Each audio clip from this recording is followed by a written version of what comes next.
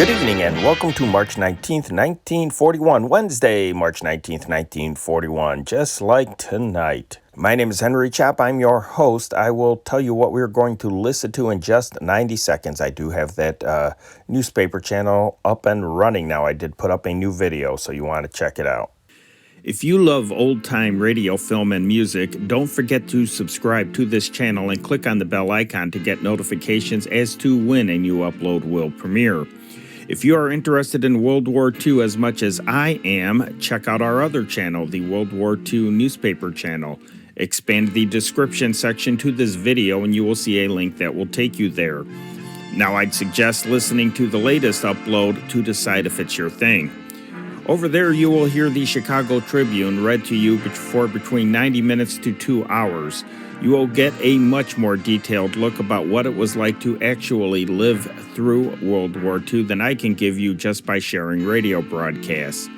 You will not only hear detailed news of the big battles and historical events, you will hear trivial facts about the war. You will hear news from the United States home front from the early stages of U.S. mobilization and war protests to Pearl Harbor and the ramping up of the war machine to the final victories and reconversion. You will hear every facet of American life change forever. If you enjoy the content on this channel, not only subscribe, but please donate to its upkeep. Because of the vintage old-time radio, films, and music that we feature, this channel does not qualify for YouTube monetization. Help motivate us to keep posting this wonderful content and seeking out more. We'd like to think that this channel is more interesting than any other nostalgia channel of a similar type. Help us keep going by donating.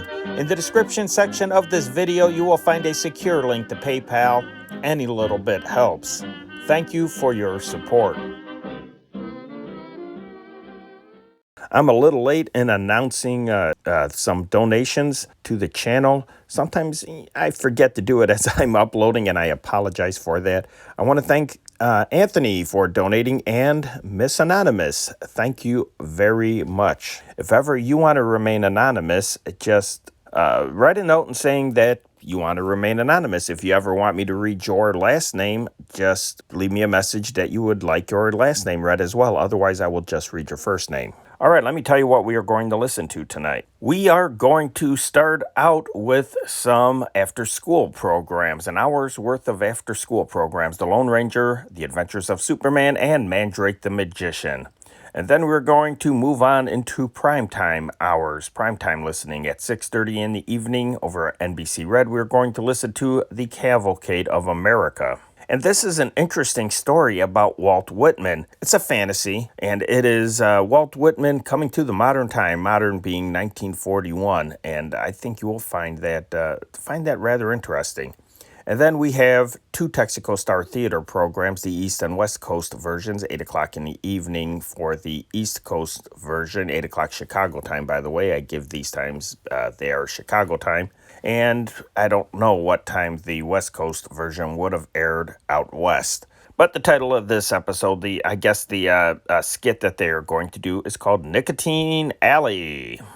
No Eddie Cantor tonight, but we have some other great radio entertainment. So you know what? I will see you on the other side of these programs. Let's turn on that old tube radio. That's our time machine. That dial is beginning to glow. Let's give this stuff a listen.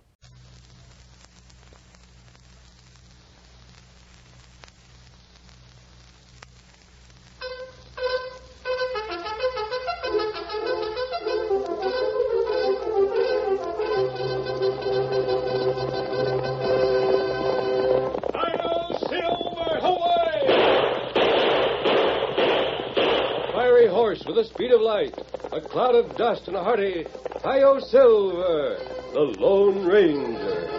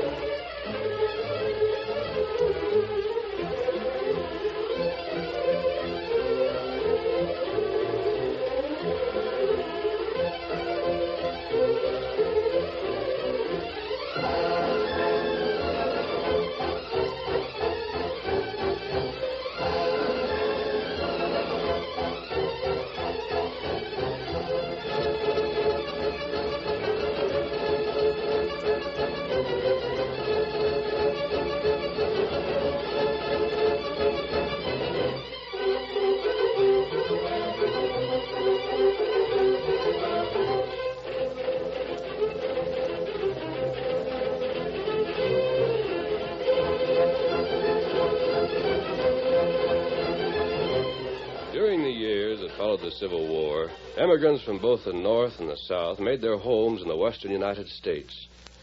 Old battles led to new feuds, but the masked rider of the plains united the wares of the blue and the gray under one banner. It was his vision of the future that made them comrades at arms. It was his force of leadership that brought victory to their common cause, the winning of the West. Return with us now to those thrilling days of yesteryear. From out of the past come the thundering hoofbeats of the great horse Silver. The Lone Ranger rides again. Come on, Silver! There's trouble on the trail ahead! We've got to hurry! Hi-yo, Silver, away!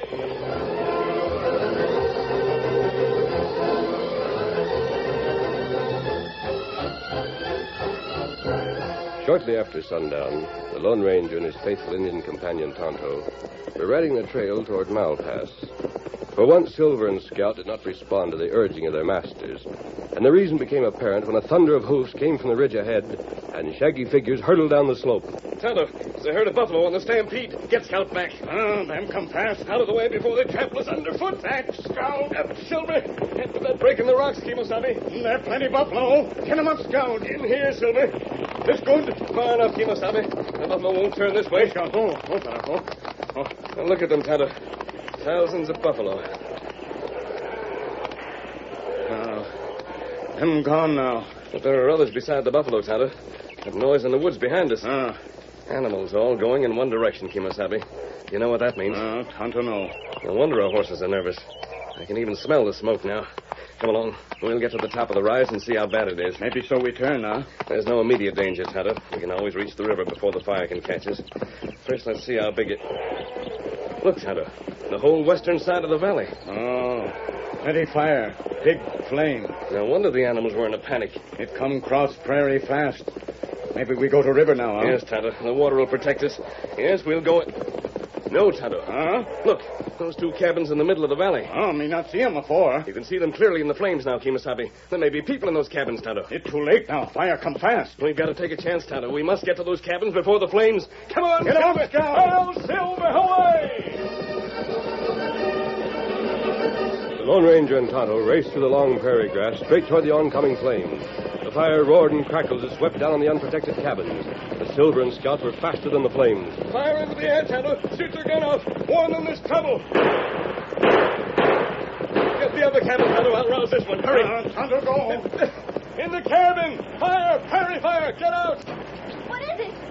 What thunderation? Who fired them shots? Get to your horses. The prairie's in flames. Stars and stripes, you're right. Where's the pony? Uncle Carter, he's in the next cabin. Where's Sally? Uncle Carter, you got out. The redskin roused me up.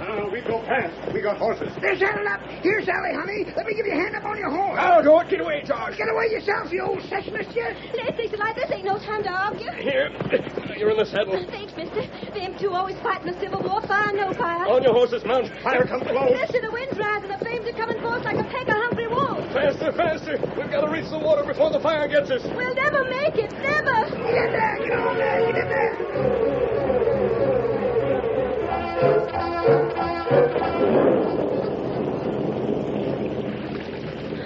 Reckon we're safe now, mister. Fixing to rain any second. We'll stay right here until it does, all of you. And the fire's still coming. We must stay in the middle of the stream. I'll bet you it was Carter started the fire. He was always... one tarnation, that something right on my back. It's raccoon, that all. Raccoons, squirrels, animals. The whole river's full of animals. Trying to save themselves from the fire. Sure. Wouldn't have been no fire in the first place, excepting for your Uncle Carter. Now, look here, George Brandon. Are you insinuating... I ain't insinuating nothing. I'm coming out flat-footed and declaring that you started this here fire. Why, you old northerner, you? No man can say that to me. Just a minute. This is no time for quarreling. Leave me be, mister. Now, welcome to a frazzle. Sure, leave him come. I'll lick him the way we did at Gettysburg. I'll make you run like you did at Bull Run. No doggone rebel is... There ain't a Yankee yet can whoop us fair. I'll show you. That's enough, both of They you. don't mean no harm, mister. The war between the South and the North is over. We're not fighting it again. The fire was started by Carter Ingalls. I'll take an oath on it. He's always knocking out his pipe careless-like. That's right, Uncle Carter. I warned you plenty you'd start a fire sometime. Yeah? What about the way Josh Brandon is always building him a campfire, being plumb unconscious when it comes to stamping it out? I didn't build no You're fire. always building a fire. You had one out near the west end of the valley this evening. And you weren't out there yourself smoking your pipe, I suppose. Uncle Josh, Uncle Carter. Them fight all time. Now take it easy, both of you. Soon you... Thunder God make drum. The rain is coming. Here it is. That's good. It put out fire. It's raining. We're safe. Rain. Oh, sure feels good, don't it? Look at it put out them flames. Mister, This will save a good part of your land. Mister, we're obliged to you. I want to ask you, Well, it's about Uncle Josh and Uncle Carter. do they always fight this way? Always. I'm afraid something's going to happen soon. Well, they won't get dangerous. That fire didn't start by itself, mister. You think one of them started it? I wish I knew. I got a feeling it was done deliberate. And I don't think either one would do something like that. I see. Then suppose later on when the fire's completely out, Tonto and I go back with you. I wanted to ask that very thing. We can look at the cabins and also see what we can learn about how the fire started. I sure wish you would. You trust me? You saved our lives, you and the engine. I know you're masked. I've seen it in the firelight, but there's something about you that makes me certain you're a good man. Tonto and I'll help all we can. Stars and stripes, what's all that splashing? Hey, Indian, you're here? What's it mean? That animal. Animals? They're leaving the river, going back into the prairie and the forest. Then you mean the danger's past, mister? In a few minutes, we can start back ourselves. Yes, the danger is past.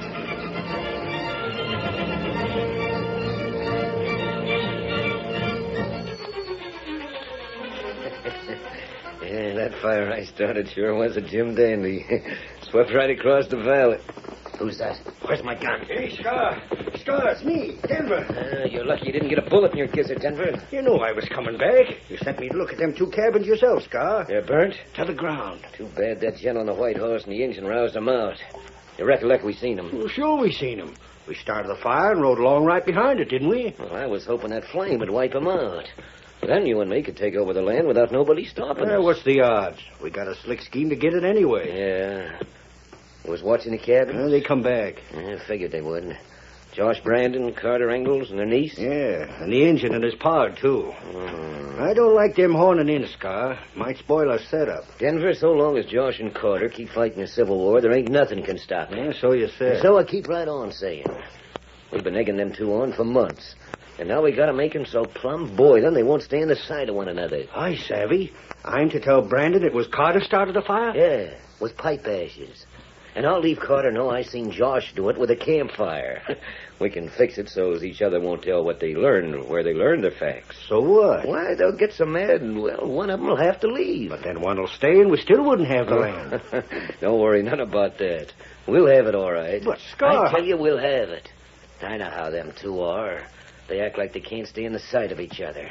But if one goes, the other's going to start aching for the arguments he's missing. You mean the one that's left will pull up stakes anyway? Sure he will, sure. We'll get the land dirt cheap. For practically nothing. Yes, sir. In the next couple of days, we'll talk them so blind mad they'll part company for good. And there ain't nothing can stop it.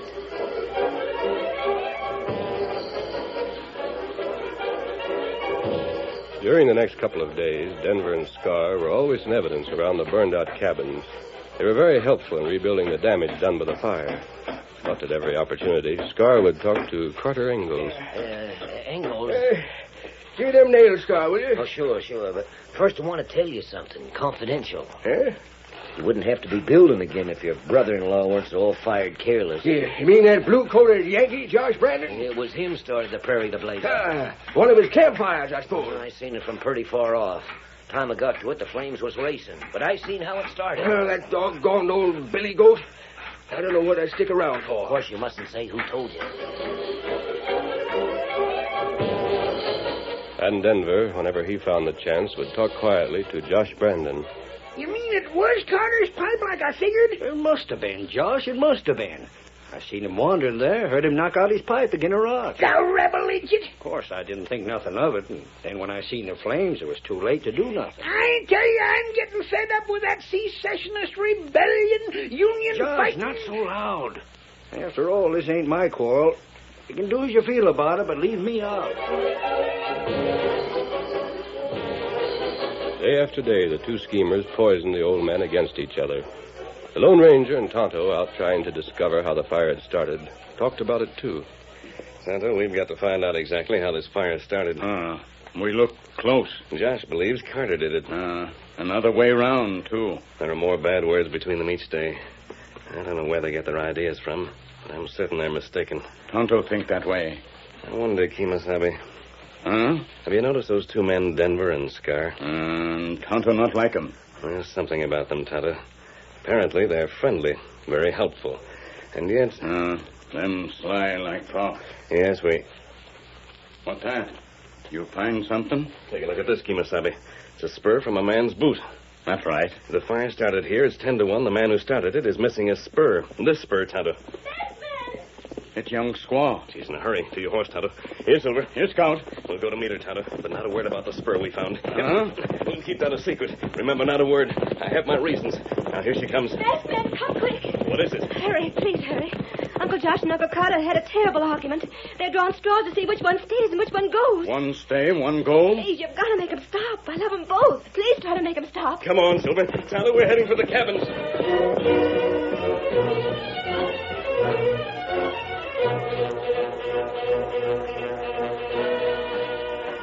All right, then, it's agreed. One that draws the short straw gets out. Bag and baggage. Not so much talk, you old rebel. Hold out the straw. I got the ends in my hand here. Oh, take one. A pleasure. There. Hold yours up. I got the short one. That means I... Yeah. Doggone your hide. Why don't you apologize? Apologize? To you? Never. No, sir. Stubborn as a coot. All right, then. Get out and good riddance. I'm leaving. I wouldn't stay within 50 miles of you. And the sooner you leave, the better. You and your Confederate ways... Don't talk to me about Confederate ways. They're heaps out better than some I know. Get out. I'm getting pronto. I've stood all I'm going to stand for you, Josh Brandon. Now step to one side and let me... Uncle Josh, Uncle Carter. Sally's told me what you plan to do. Why not be sensible about this? Mister, I've heard enough. I ain't taking nothing more. Well, what are you standing around for? You drew the short straw. There's the door. Uncle Carter, no. Out of my way, all of you. Sure I'm going. Please, Uncle Carter, where would you go? Don't worry about me, Sally. I'll write you. But I'm going, understand? I'm going, ain't never coming back. Never! The curtain falls on the first act of our Lone Ranger story. Before the next exciting scenes, please permit us to pause for just a few moments.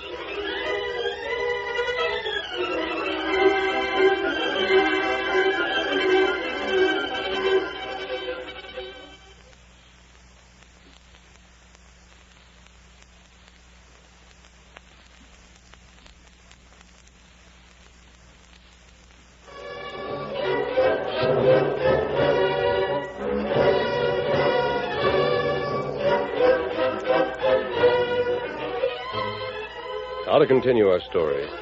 With Carter Ingalls gone, Josh should have been happy. But strangely enough, he seemed to miss the bitter arguments he had with his old partner. Several weeks went by, and then... Uncle Josh! Uncle Josh! Sakes, Sally, what are you so flibberty-gibbet about? It's come. I got it.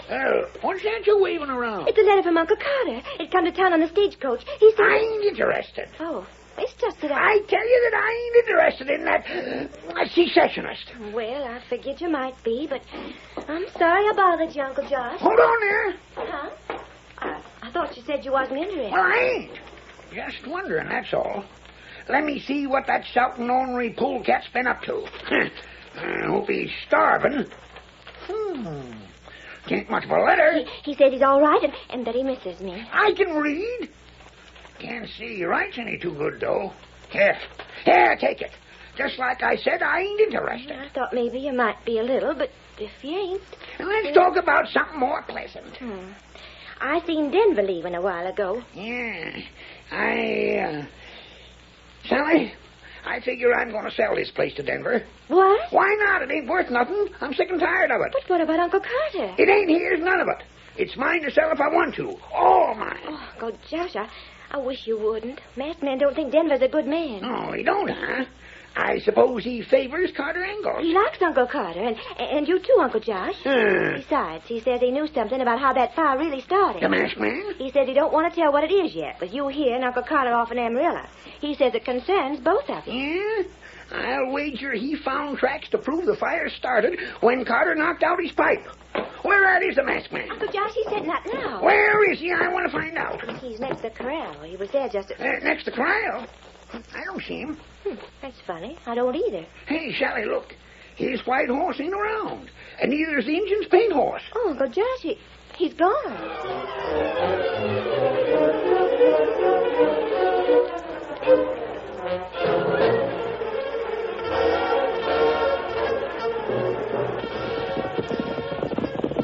This way to Amarillo, Kimosabe. You saw that letter, Tonto. It was postmarked from Amarillo, and it was from Carter Engels. And then we find him. Tonto, we've got to convince Engels to return. Him plenty stubborn. They're both stubborn, Kimosabe. Why you not show him spur? No, Tonto. That spur proves that neither Engels nor Brandon started that prairie fire. But if I'd shown the spur to Josh Brandon, he still wouldn't make up his quarrel with Carter Engels. That's true. But we will show the spur to Carter. Now, here's where we part company, Tonto. You go back and find Scar in Denver. I want them to learn that Carter's returning. Me not savvy. Maybe him not come back. He will, Kimosabe. He will. After I talk to him. I'll meet you later. Adios. Get him up, Scout. Hail Silver, away!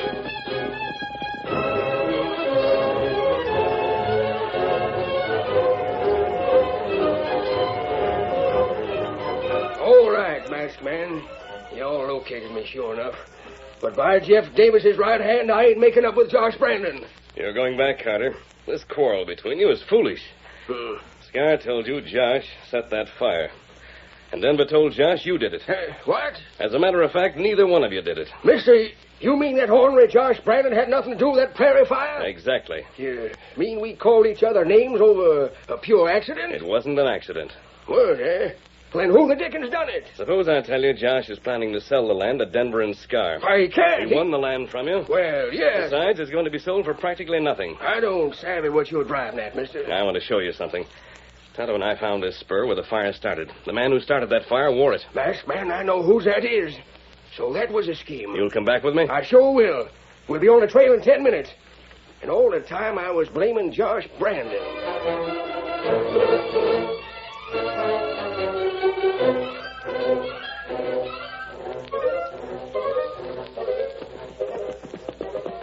Mister, I've been figuring. Yes? I reckon I've been a doggone old fool arguing with Josh Brandon about a war that's all settled. It's about time you reached that conclusion. But there's one thing troubles me. What's that? I'll apologize to Josh. I'll eat humble pie. But supposing he don't want no part of it. Supposing he's still madder than hops. You see that rider coming toward us? Yeah, your Injun pard. When he tells me what he's learned, I'll tell you how to make sure Josh is willing to make up. Aye. Kimosabe. Howdy, Injun. Oh. Denver and Scar know that Engels is returning, Tonto? And like you say, Tonto tell him. You mean Just that... listen. You heard them talk about it, Tonto? That's right. After me leave, me go back quiet, like owl. Me listen. It would upset all their plans to take that land if Carter should return, wouldn't it? Then make sure him not return. But you mean them coyotes are going to try and stop me? That's right. Let them try. I'll learn them now. That's just what we're going to do, Carter. What? We're going to let them try. They plan to use force, Tonto? Them shoot, maybe. I see. Oh, an ambush. That's what they figure, huh? Yes. Now listen to me. Tonto and I are going ahead to Josh Brandon's. You're to camp here for 1 day. But what are you going to... Scar and Denver will likely be waiting for you to get near before they go after you. That's right. Me hear 'em. By camping here, you'll give us time to talk to Josh and your niece, Sally. You mean you got a plan, mister? I have, as I told you before. And it all fits in with ending this quarrel between you and Josh. Yeah. You'll do as I suggest? I'll camp here for a day, then go on. Yes. Suppose I walk right into them coyotes. That's exactly what you're going to do. Huh? And once more, when Josh comes to the rescue, he'll think he's come too late. He'll come to rescue me? Yes. Mister, if you can get that done, you're a miracle man. And... what do you mean he'll think he's come too late? Listen closely. Here's what I mean.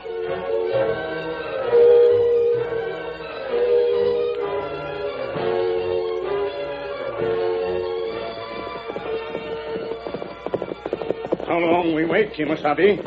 It's 1 day now. Quiet, Tonto. Here comes Denver. Hey, mister. Bring up. Well, So you come back here, huh? that's our business, Denver. All right. Don't go on the prod. I don't hold with no masked man, but as long as you don't bother me, I ain't bothering you none. I just wanted to know where you been. Near Amarillo. Why? Amarillo, huh? Ain't that where old Carter Engels went to? It was. Was. You mean he ain't there now? No, he isn't. He's on his way back. On his way... ain't that interesting? Is it? Why, sure. Not that it matters to me, but do you think he's planning to make up? He should be on the trail again today. We passed his camp last night. Oh, that close, is he? Maybe here by sundown. Sundown? Well, that's only a couple hours away, and... You'll pardon me, mister, I got important business. Him go like rabbit, Going to get Scar, Tonto. Then ride out to meet Carter. Now, come on. It's time for us to see Josh. Let's go. Get him up, Scout. Come on, Silver.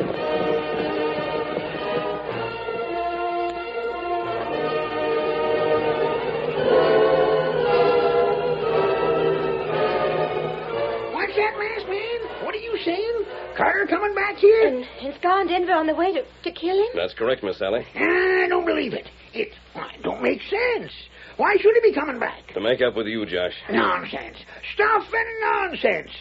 And this here wild talk about Scar and Denver. Well, what on Scar earth and Denver set that fire. They wanted to separate you two and get the land. Wasn't Carter? But Scar told Tonto me. and I found this. It belonged to the man who started that fire. A spur. Mister, that belongs to Scar. To Scar. He set that fire, Josh, and he and Denver brought that quarrel about. Why, of all the ornery low-down... I was going to sell this land to them hombres. I was Uncle going to... Josh, we can't stand around. We've got to save Uncle Carter. Masked man, what can we do? How are we going to save... Me got horses all ready. You come. There's your answer, Josh. Come along. Let me bring my gun. Hurry. You get on horse. Follow me. We'll cut around the trail and attack from behind. Yippee! It's just like it was when I was riding with Sheridan's cavalry. Yes, Uncle Josh, only this time you're riding to save a rebel. Get him up, Joe. Hail Silver, away!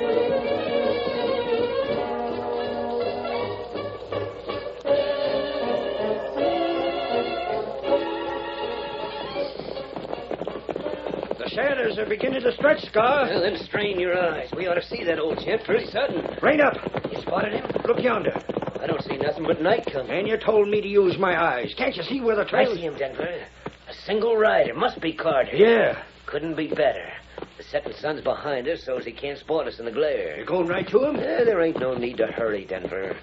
Just loose your gun. It's loose. We'll just go along easy like, since he can't tell who we are. We pull guns and let blast as soon as we get close enough, huh? That's right. Keep traveling. Well, I'll be... You hear what he's singing, Scar? Yeah. I guess he stopped being a rebel anymore, huh? Just as well him and Josh Braden don't ever get together now. All right, now. Just draw your gun and be ready to... What in blazes? Shoot, Scar, shoot! Oh, my hand! Do not try another shot. The game's up, Scar. You and Denver try to ambush Carter. I don't know what you're driving at, mister. We know all about it. You started that fire. Tonto and I will take them to jail. Masked man, you sure beat him to the draw. Hey, Carter, you old renegade. If you want to apologize to me, maybe I'll... Uncle Carter. He's laying on the ground. Come on, boy. He's been shot. One of them bullets must have hit him. Uncle Carter. Carter, doggone your hide. You've been shot. You've been shot before I could tell you I was always mighty fond of you. I never meant them arguments we had. I didn't mean nothing by 'em.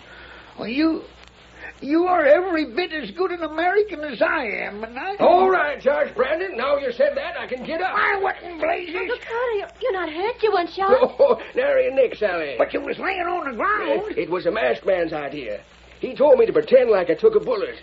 He said it was the only way I'd ever get you all to say the things I knowed you wanted to say. In your heart. About me, I mean. You, still feel the same? The same? Carter, everything I said before goes double. From now on, you and me are going to patch things up perfect. Agreed? Oh, it sure is, Josh. Doggone it, the North and the South made up long ago, so what are we waiting for? I tell you, this sure is a great country. Hail Silver, away!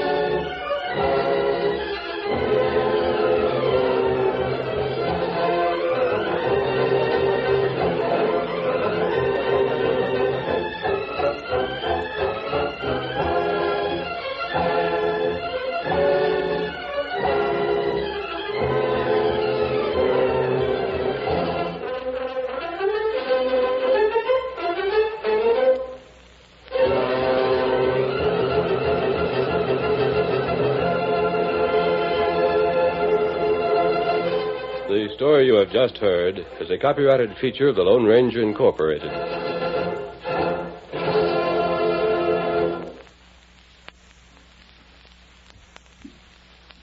Stay tuned next for the adventures of Superman. Presenting the transcription feature, Superman! Up in the sky! Look! It's a bird! It's a plane! It's Superman! And now, Superman, strange visitor from the planet Krypton, who came to Earth with powers and abilities far beyond those of mortal men, and who, disguised as Clark Kent, reporter for a great metropolitan newspaper, fights a never-ending battle against crime and injustice. Held fast in the crushing grip of a mighty storm, the Clara M., last of the clipper ships, bound round the world with Clark Kent and Jimmy Olsen aboard, fights vainly on. Meanwhile, Kent, as Superman, has returned to Metropolis, 200 miles away, to investigate certain strange things which have happened aboard ship. In our last episode, we heard how the anchor cable slipped, permitting the anchor to swing down to the side of the ship. As the Clara M. rolled from side to side in the towering seas, the heavy anchor crashed against her side, splintering the hull. When Captain Hawkins was badly injured in an effort to lash the anchor down, Teak Barnaby, the one-legged first mate, went overside to see what he could do. As the ship heeled sharply over, his wooden leg slipped into the hole made by the anchor in the side of the ship, and then... But wait, listen. His wooden leg stuck in the hole in the side of the ship. If that anchor starts swinging again... Barnaby's finished if it does. Saints above, we're heeling over again. Barnaby, look sharp, man. Don't get caught between the anchor and the side of the ship. I can't get loose. Can't move. Can't get my leg loose. The anchor. It's swinging away from the side of the ship again. Aye, and when we heel over, she'll crush Barnaby against the side of the ship. Look, there she comes. The anchor's crashing down on her. Mr. Barnaby! Mr. Barnaby! Barnaby. That's done it. He's finished. What do we do now? Try to haul him on board, I guess. All right, lads. Lay to of that line. Listen, what's that? Sounds like Mr. Barnaby. Barnaby? Hello, Mr. Barnaby. Are you all right, sir? Am I all right? My leg's smashed. Haul me aboard. Confound you. Haul me aboard. What is it? What did he say? His leg is smashed. Oh. All right, lads. Lay to on that line. We gotta get him back here on deck. Heave! Whoa! Heave! Whoa! Hold fast! Big wave coming! Hold fast! Every man's deck goes in irons. Let me dangle over sides and drown with you. By the great hornful, I'll hang you all from the yardarms to help me hammer. We got you up as fast as we could, Mr. Barnaby. He'll haul me, would you? Who's responsible for leaving me dangling there when that wave struck, eh? Speak up! Speak up! Sorry, sir. It couldn't be helped. I better get you below and see what we can do for your leg. Nothing wrong with my leg that a saw can't fix. Saw? Eh? Get the saw off the broken part and spike a new piece onto it. But gosh, Mr. Barnaby, there's no surgeon aboard ship. Surgeon! What do I want with a surgeon? What I need's a ship's carpenter. Oh, you mean it's your wooden leg that got crushed? Eh? What other leg would it be? But never mind that now. It's that blasted anchor we've got to worry about. Mr. Barnaby, sir, I'll try my You'll hand. try nothing. Ain't a thing we can do. Listen to it. That anchor's alive. Any man tries to lash it down will be crushed. Eh? Just like Captain Hawkins. Just like my leg here. There's only one thing to do. What's that, Mr. Barnaby? We've got to send a call of distress. At the rate that anchor is crashing against the side, there'll be a hole in us big enough to sail a bargeon through in less than 10 minutes. Send a call of distress? Hey, blow me down. I laughed when I heard Captain Hawkins had installed a wireless room aboard ship. Had to by law, I understand. But he'll haul me for a landlubber if I ain't glad of it now.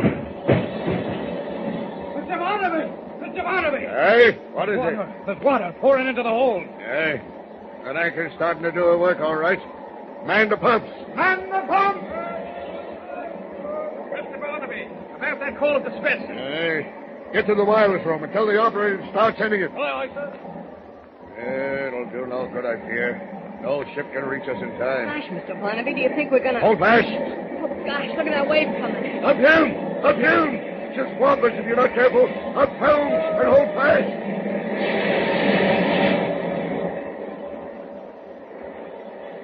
As a thunderous wave crashes down on the battered decks of the Clara M, Superman, returning from Metropolis, flies low over the turbulent sea. Listen. I should reach the Clara M in another 10 minutes.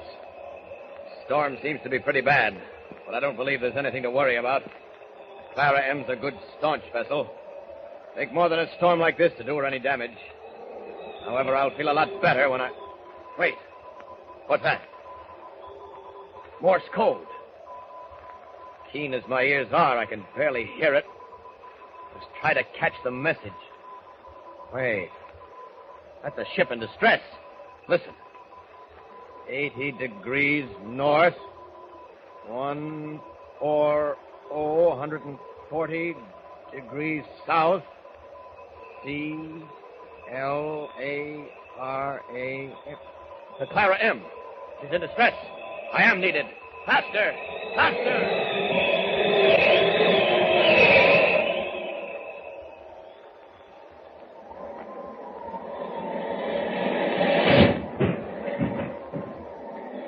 Barnaby.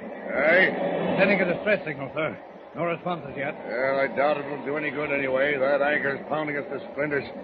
Better man the boats and make ready to lower away. Aye, aye, sir. Gosh, Mr. Barnaby, if things are that bad, I better try to find Mr. Kent. Mr. Kent can take care of himself, and you can't. You stay and splice to that main bridge till I say so. We can only get that anchor on deck, but we can't. Look, up there, coming through that cloud. What? See? Red cloak streaming in the wind. It's Superman, Mr. Barnaby. It's Superman. What? I don't see... Over there. Look, he's diving toward the ship. He's diving toward us. Why, the lad's gone daft out of his mind. It's Superman, I tell you. Superman. Now, hold fast. There's another wave coming. Oh, there's nothing to worry about now. Superman's here. He'll save us.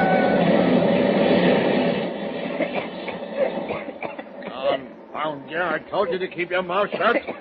You ship water again. I'll be all right. But Superman... You're out of your mind, lad. You're... Well, I'll be... Mr. Barnaby. Mr. Barnaby. There, on the deck. I see it. It's the anchor. The anchor's laying on the deck. Sure it is. And Superman did it. Superman, nothing. It was that wave that carried it on deck. That last wave that struck It us. wasn't the wave. It was Superman, I tell you. Superman, no, the wave, lad. The anchor's on deck. And that's all that matters. You men there. Lash that anchor down. Lively now. Step to it. We're out of danger now, Mr. Barnaby, with Superman nearby. We're well nigh out of danger now. Without your so-called Superman. The carpenter and the last thing get at that hole in outside now without fear of the anchor crashing through at him. Are you there, Chips? Aye, Mr. Barnaby. You go below at once and start petting that hole in the side. Good, lads. With the anchor lashed down now, we've little to fear. The Clara M will ride out the storm with little trouble. Mr. Kent, is that you? Yes, Jim. Hello, Barnaby. Well, Mr. Kent. And where have you been? Below, helping some of the men lash down the cargo. There was some danger of it slipping. The first I've heard of it. I was just told about the captain. How is he? We don't know, Mr. Kent. He was taken below about 10 minutes ago, and we've been on deck since then. I'd better go below and have a look at him. Oh, I'll come with you. Can you untie me here, Mr. Barnaby? Aye, lad. You could have untied yourself. Just pull this line. So, there you are. Oh, gosh, you'll have to show me how to make a knot like that. Now, come along, lad. I'm not needed on deck for a time. I'll join you below. You, the helmsman. Stand to that wheel. Aye, sir. All right, Mr. Kent. Jim, lad, let's get below.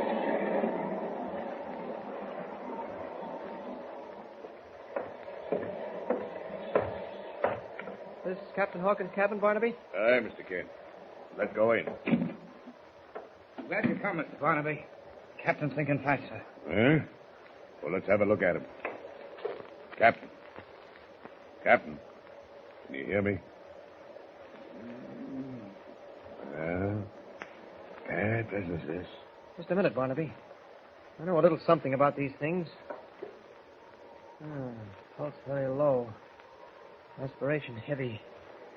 The anchor hit him a heavy but glancing blow, you say? Aye. He said something inside him was broken. Let's get that shirt off him. Give me a hand here, will you? Take it easy. Careful now. That's it. Gosh. Look at that bruise on his chest. It looks bad. Well, how much do you know about doctoring, Mr. Kent? Not very much, but I'd at least be able to tell if any bones are... several of his ribs have been crushed, that's certain. Well, what's to be done? How far are we from the nearest port? Well, if you're thinking of getting him to a doctor, we'll never make it. I've seen men go afore, Mr. Kent, and Captain Hawkins can't last much longer. Radio room reporting, sir. Eh? Made contact, sir, with the San Jose, South American liner bound for Caracas. She's 90 miles off Port Beam, but steering for us right now, sir. We won't need her. Radio back and tell her to go along and away. Wait a minute.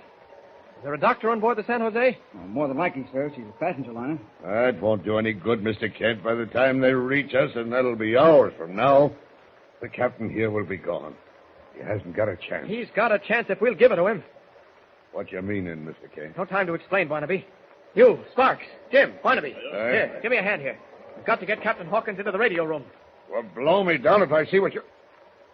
Mr. Kent, you're not meaning... I am, Barnaby. It's our only hope.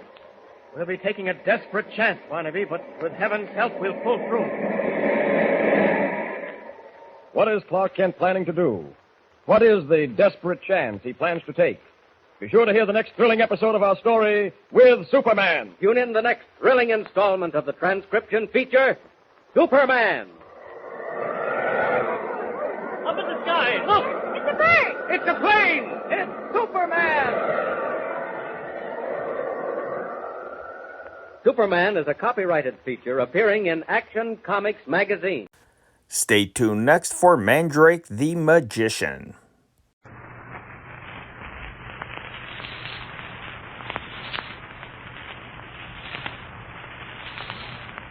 Master, Lothar, feel like coming out of fog. Who out there? Keep your voice down, Lothar. It's Captain X and Dorfman. Lothar, fix Captain X. Listen, Lothar. You did a good job on Alex Jefferson, but if you make a move toward Captain X, he'll shoot you before you can leave that chair. Let him think you're tied to it, understand? Yes, Master. I'm not quite as helpless as I seem, Lothar, in spite of these ropes. Look what lies in the palm of my hand. You've a knife, Mandrake. Yes. Dorfman slipped it to me before they carried me from the submarine. That's how I got loose before. I told you Dorfman is our friend. You have Jefferson and Barracuda's guns, too. Why not? Trying to shoot our way out would be worse than useless. We're in the center of an armed camp, Nada. We've got to use our wits. Can't see a thing up or down the coast, Dorfman. These are strong night glasses. That's Captain X. You can see we're not going to get any help from outside. He's watching every approach. Guess we're not going to be bothered with the Coast Guard. All my plans are working out perfectly. But they always do, Dorfman. You'll find that out before the evening is much older. What does he mean by that, Mandrake? Sounded like a veiled threat. Dorfman was sure Captain X suspected him of helping me.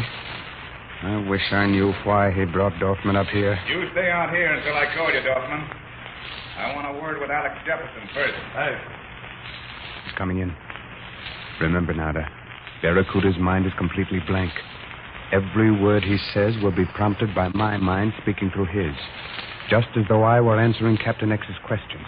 Take your cue from that. I understand. You got that, Lothar? Yes, Master. Yeah, keep your eye on the coastline with these glasses until I call you. I'm going in now. I'll wait for you to call me, sir. Pull the blanket over my face, Nada. All right. Now, upward. That's it. Keep your courage. I won't fail you. Thumbs up. Thumbs up. Well, quite a little house party, Barracuda. Aye, sir.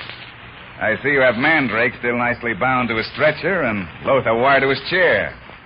But the young lady would seem to be free. How does this happen? Jefferson cut her loose, but I've been keeping an eye on her. Where's Jefferson? Alex Jefferson?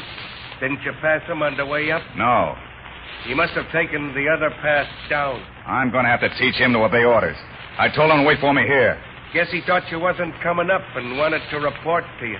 You mean you got some information out of the prisoners? Sure. The girl came clean.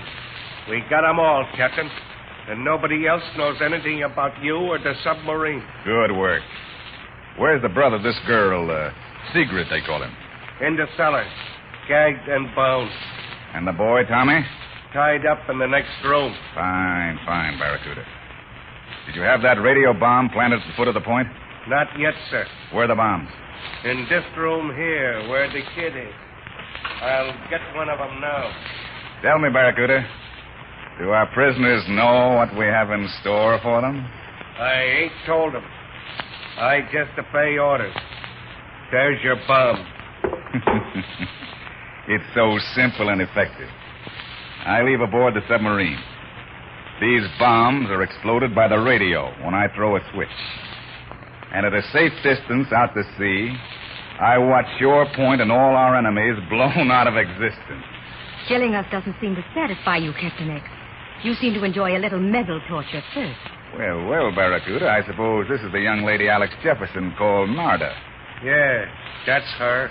Allow me to introduce myself. Submarine Commander Captain X. I'm not pleased to meet you, Captain X. I must admit I wasn't prepared to see such a stunner, in spite of Alex Jefferson's description. She's a good looker, all right, Captain X. Yes. What a pity to destroy so much beauty. But you understand now the fortunes of war. I understand, Captain X, that your sort of war includes women and children. I see Jefferson hasn't tamed you yet. Perhaps I can. Oh, and this is Lothar.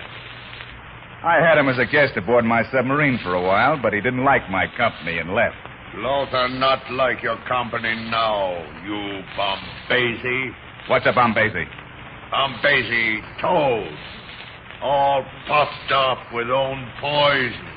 Oh, a toad, huh?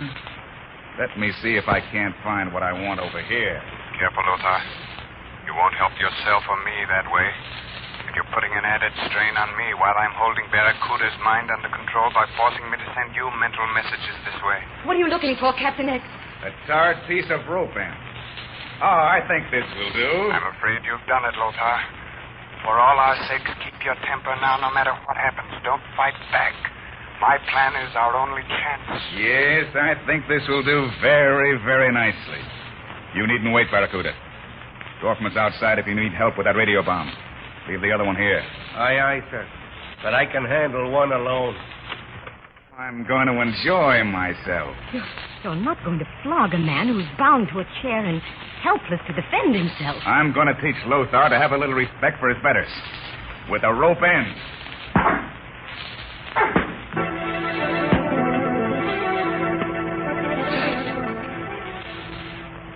That you, Barracuda? Yeah, it's Barracuda, Dorfman. What's going on inside? Captain's having a little fun for himself with a rope end. Uh-huh. What do you got there? This radio bomb. What are you going to do with it? Obey orders. The captain's orders are to plant that bomb at the foot of the point with 1,000 pounds of high explosive, aren't they? Yeah, that's right. That's what the captain told me to do, wasn't it? Funny, I wasn't going to do that at all. What were you going to do, Barracuda? I don't know, Dorfman. I can't remember now. I feel almost like I'd been asleep, taking orders from a voice that told me what to say and what to do. And you can't remember what the voice told you to do with that radio bomb? Why, sure. Put it aboard the submarine in the engine room. Say, I must be going nuts. I'd have done it, too, if you hadn't snapped me out of it by reminding me of the captain's orders. Why, Captain X would have blown himself up. Oh, what a fool. Doubled in spades. I gotta watch myself. Thanks, Dorfman. I'd better hustle down and do what the captain told me before I get another brainstorm and start eating this bomb for stick candy. Oh, what a fool I've been. Mandrake must have had Barracuda under hypnotic control. Now I've gummed up his whole plan.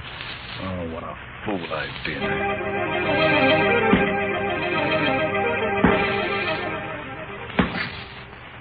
Well, when are you going to give in? Captain X, stop it. You've beaten Lothar enough.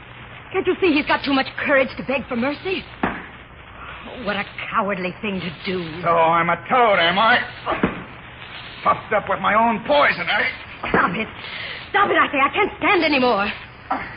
Well, don't stand in front of him. You know what's good for you. Get out of my way, do you hear me? Lay that rope end across my shoulders, Captain X. You think I won't? No, I'm sure you will.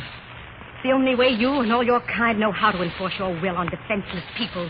By blows, kicks, destruction, and persecution. You're a woman. So much the better.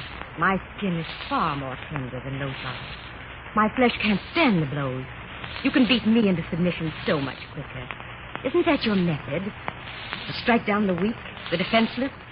You try to crush the one thing more priceless than life itself. The right to live as free people as God intended we should. You try to trample human rights, destroy human hope, smash all decency. You can't do it, Captain.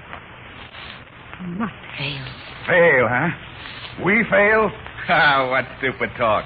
You, him, all of you are my prisoners. I can do with you as I like. Have I failed? Yes, you have failed. Miserably. You can't make Lothar respect you, and you consider him a savage. Lothar sees you for what you are, a toad, puffed up with your own poison. Poison of hate and greed that must soon destroy you. Yes, you fail, Captain X, because you can only smash bodies and cities, but you can't destroy spirit. A spirit that's beginning to echo around the whole world, crying, thumbs up.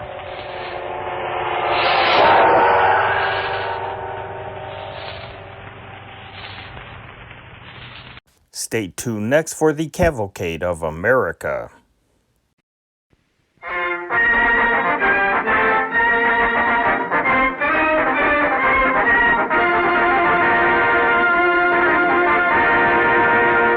The Cavalcade of America, presented by DuPont, maker of better things for better living through chemistry.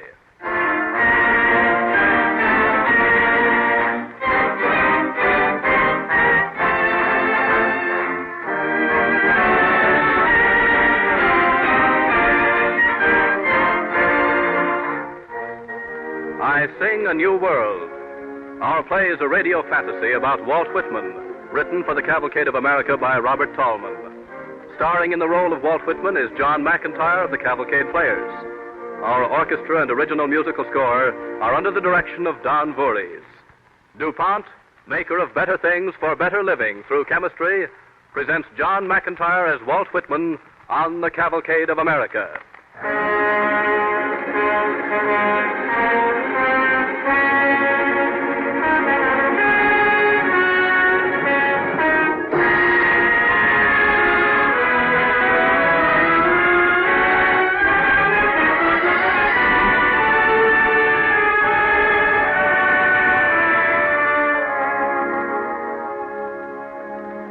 I hear America singing, the varied carols I hear. Those are the mechanics, each one singing his as it should be, blithe and strong. The boatman singing what belongs to him and his boat. The deckhand singing on the steamboat deck. The woodcutter's song, the plowboy's on his way in the morning or at noon intermission or at sundown. The delicious singing of the mother, or of the young wife at work, or of the girl sewing and washing. Each singing what belongs to him or to her, and to no one else. Walt Whitman? I'm Walt Whitman. Well, what are you doing here? I'm drinking beer, in which you will join me. Thank you. I've been here for hours listening to them talk. Who? The people. They're excited as I am excited, and I'm one with them in the presence of great knowledge. The future is about to rise out of a Holocaust. What, here in America? The very heart of America, friend. Chicago has been destroyed by fire. All right, take Chicago. Make it your symbol. When the end of an era comes, the past is dead, and we'd best forget it. And the future? You can have it. Where is the simple, believing spirit of the American pioneer? Why, his dream has become a nightmare, a vulgar struggle for the booty of the new world. Even the poor man is little better than an animal. I think I could turn and live with animals. I stand and look at them long and long. Not one is respectable or unhappy over the whole earth. We have much to learn from them. Well, you're a poet, so I suppose you have to see beauty in everything, even in vulgarity. You call me a poet. I call myself one of the citizens. They know what I mean. Whatever interests the rest interests me. This democracy in the present time is my subject matter. Yes, but what we were talking about, what I mean is to come back to the future. That's an idea, to come back to the future. To come back to the people, for the future is people. I sing, people. I sing a new world somewhere and in some time.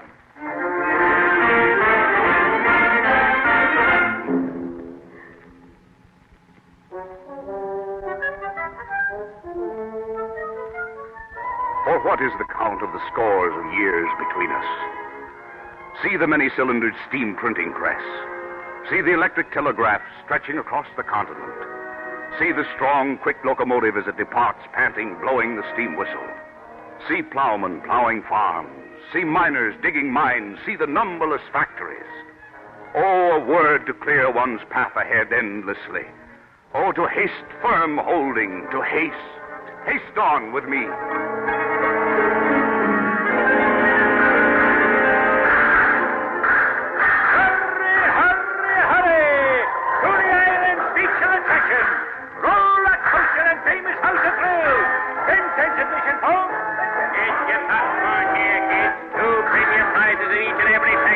Of the usual one. Internationally famous quick woman who reads your mind at a glance. The lady with the X-ray eyes. That freckle-faced girl. She's real. She's alive. See her head disappear into a fountain. Heaven, she's genuine.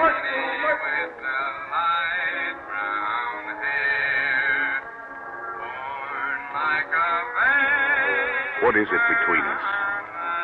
I'm with you, men and women of a generation or ever so many generations hence. Just as any one of you is one of a living crowd, I am one of a crowd. I, too, walked in the streets of Manhattan Island, bathed in the waters around it. I, too, felt certain abrupt questioning stirring within me. In the day, among crowds of people, sometimes they came upon me.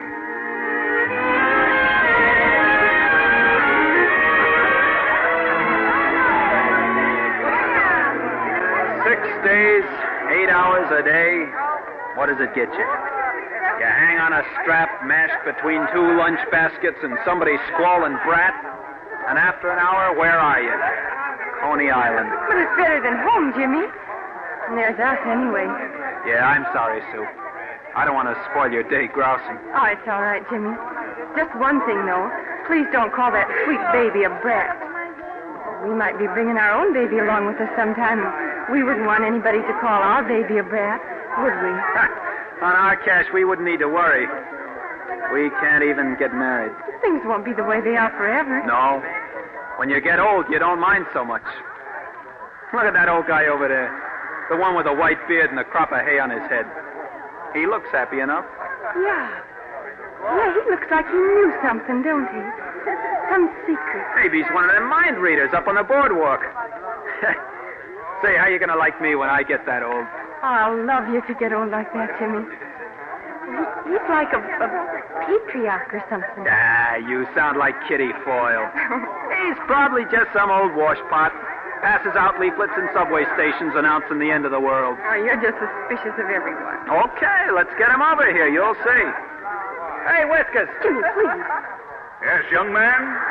What do you want? Come over here a second. We want to settle a bet. Thank you. I was hoping I'd meet some young people today. You mustn't mind Jimmy. He doesn't mean to be rude. You mean calling me Whiskers? Mm-hmm. Why not? I like nicknames. I see you were wondering about me. Well, I've been coming to Coney Island for a long time.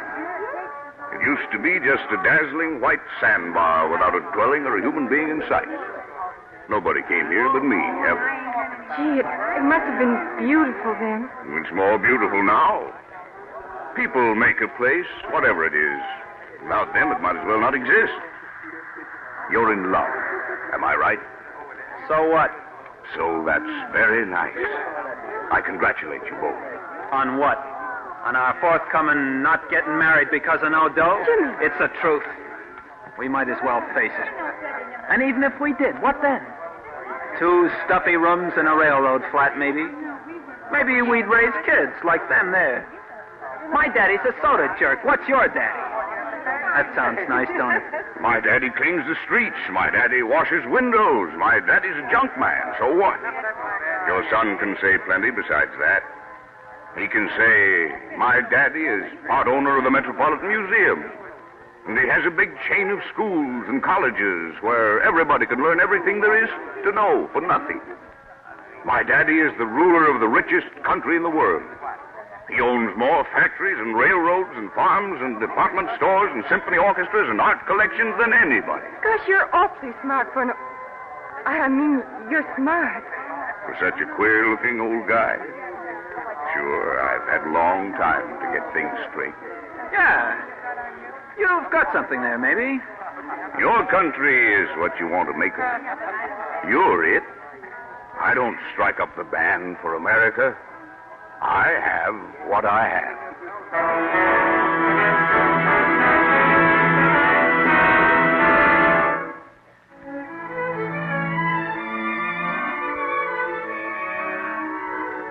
What do you hear, Walt Whitman? I hear the workman singing and the farmer's wife singing. I hear in the distance the sounds of children and of animals early in the day. What do you see, Walt Whitman? I see the cities of the earth and make myself but random a part of them. I descend upon all those cities and rise from them again. I see the constructiveness of my race. Hey, Bill, it's a hot one. Yeah, okay, let's have it.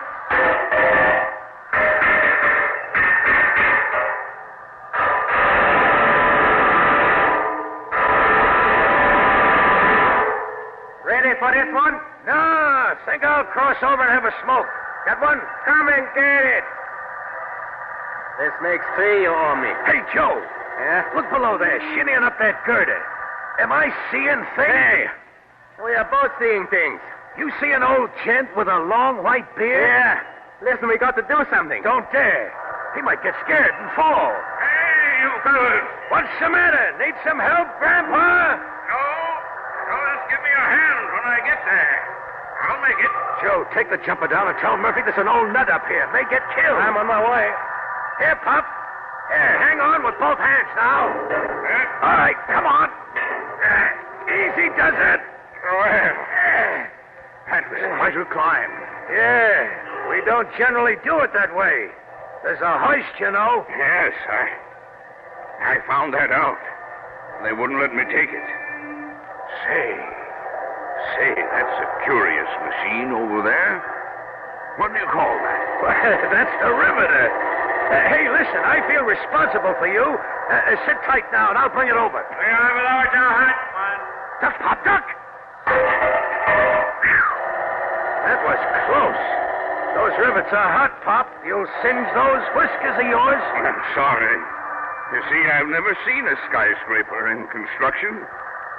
Oh, it's mighty high, isn't it? Yeah.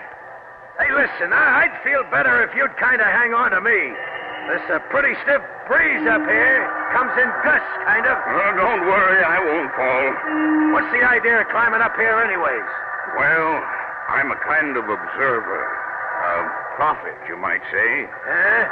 It's my business to find out about people in all walks of life. You mean like a feature writer for the Sunday papers? Like that, yes.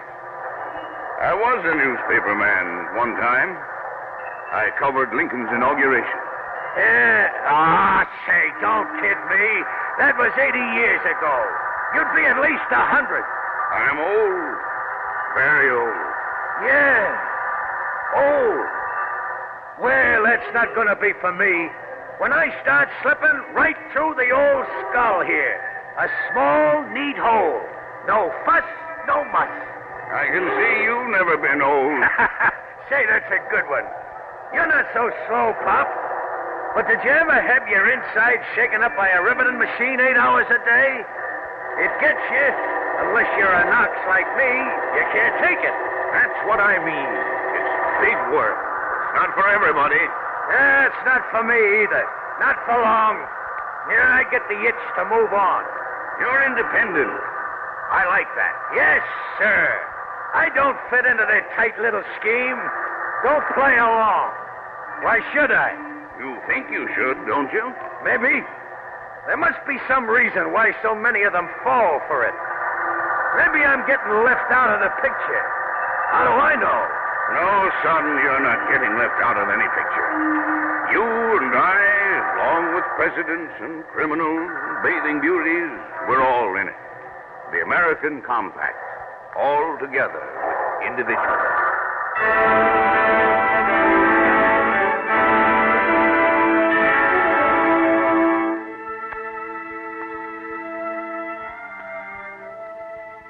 I follow you, whoever you are, from the present hour.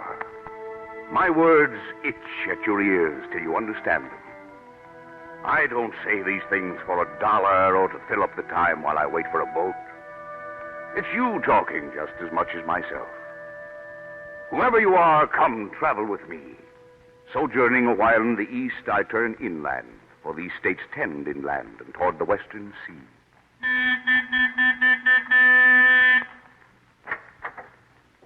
Can I help you? 5 gallons, kid, and make it snappy.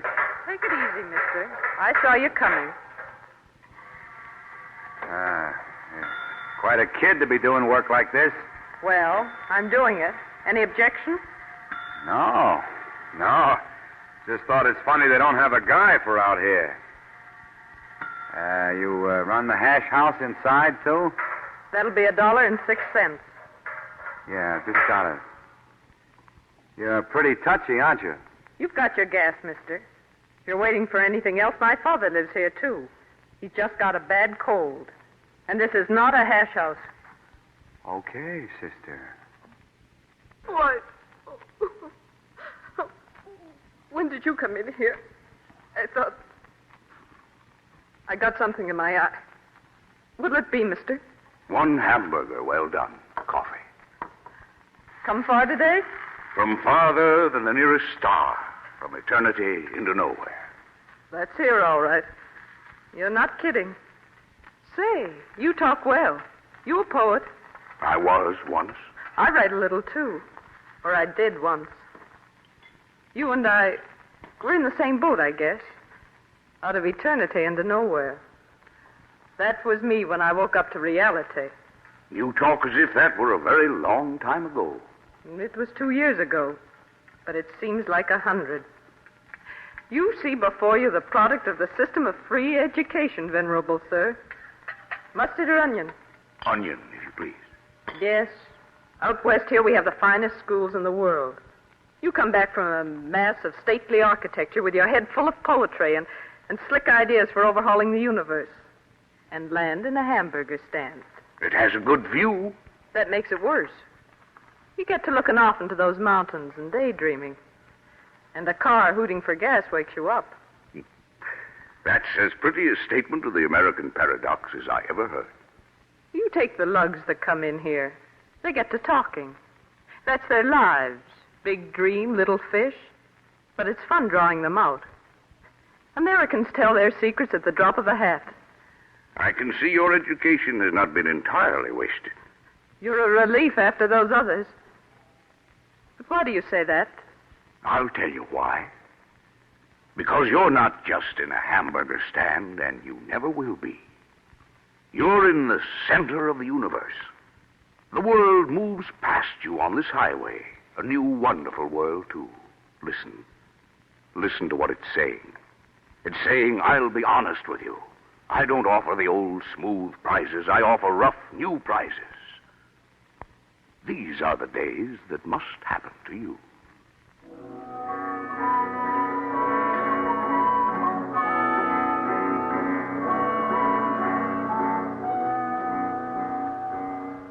It's time to explain myself. Let us stand up.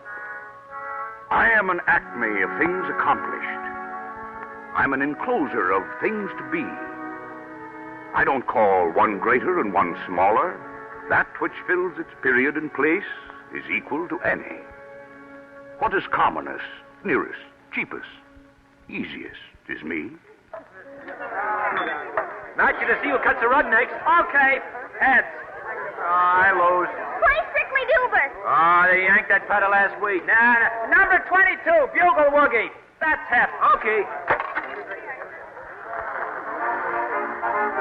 Yeah. How's that? Some jive, huh? Security! What are we waiting for? Come on! What'll it be for you, sir? Glass of beer, please. Have one on me. I salute your gray beard. And I salute your young dancers. You call that dancing? That's jitterbug. It's not unlike some of the square dances we used to do when I was young. Oh, this is Ring Around the Rosie. Wait till they get warmed up. If it wasn't for the dough in it, I'd bust that jazz mill into 1,000 pieces. But why? You don't know these kids. They drive you crazy. They don't even talk English anymore. Jive, jam, cat, killer. What kind of talk is that? I call it very creative. Creative? Listen to that noise. You call that music? You call that anything? All music is what awakes from you when you're reminded by the instruments. Quite a philosopher, ain't you, Pop? Here, have another one on me. Go on. I like to hear you talk. There's something that comes to one now and perpetually. It's hinted by the nearest, commonest, readiest it's ever provoked by them. That something is the unseen soul of man. You're way ahead of me, Pop. Sounds like devil talk to me. Do I contradict myself? Very well, then, I contradict myself. I'm large. I contain multitude.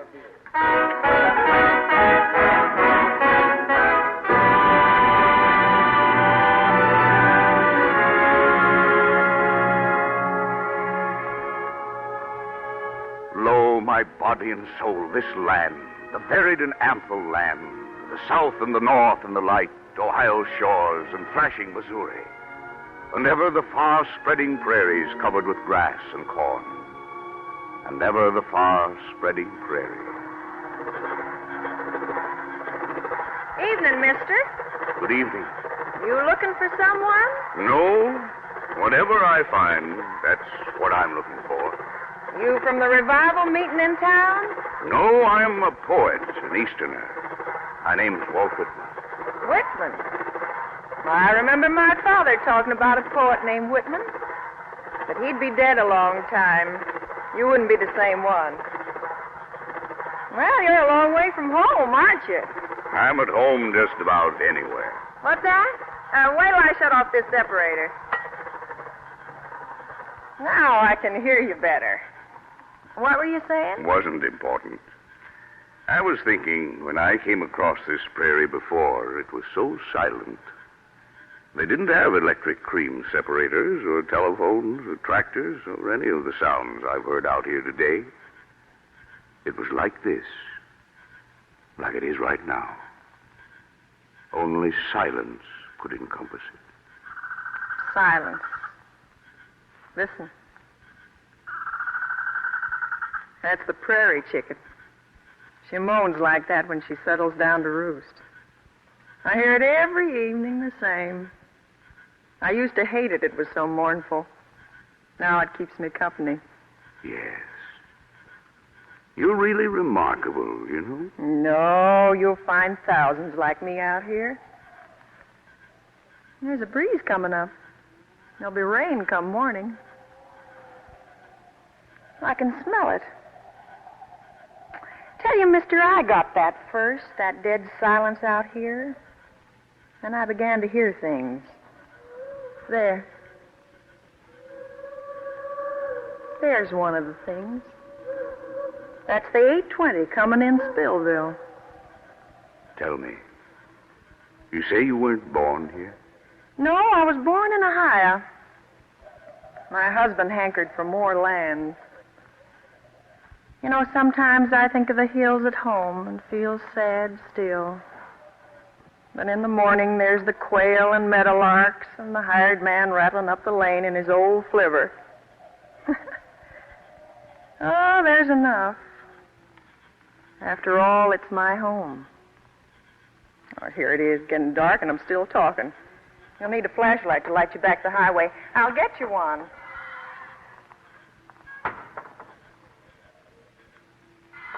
You can just leave it in the mailbox at the turning, Mr.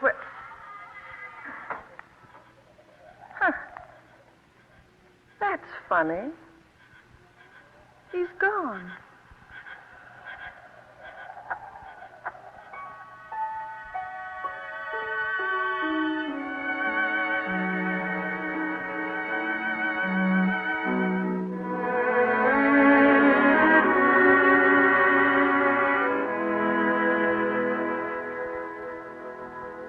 I stand beside you for a moment only, whoever you are.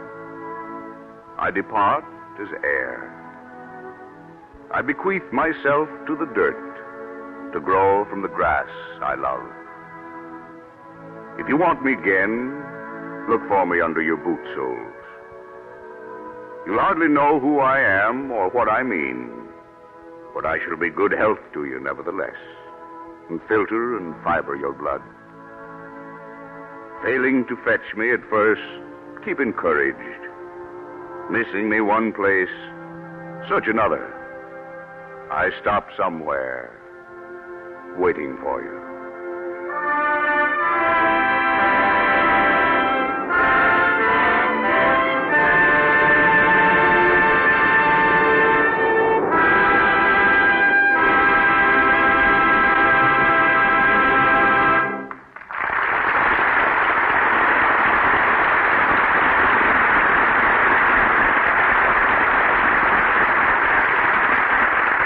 The Cavalcade of America thanks John McIntyre and the Cavalcade players for their performance of this radio fantasy on the spirit of Walt Whitman in America.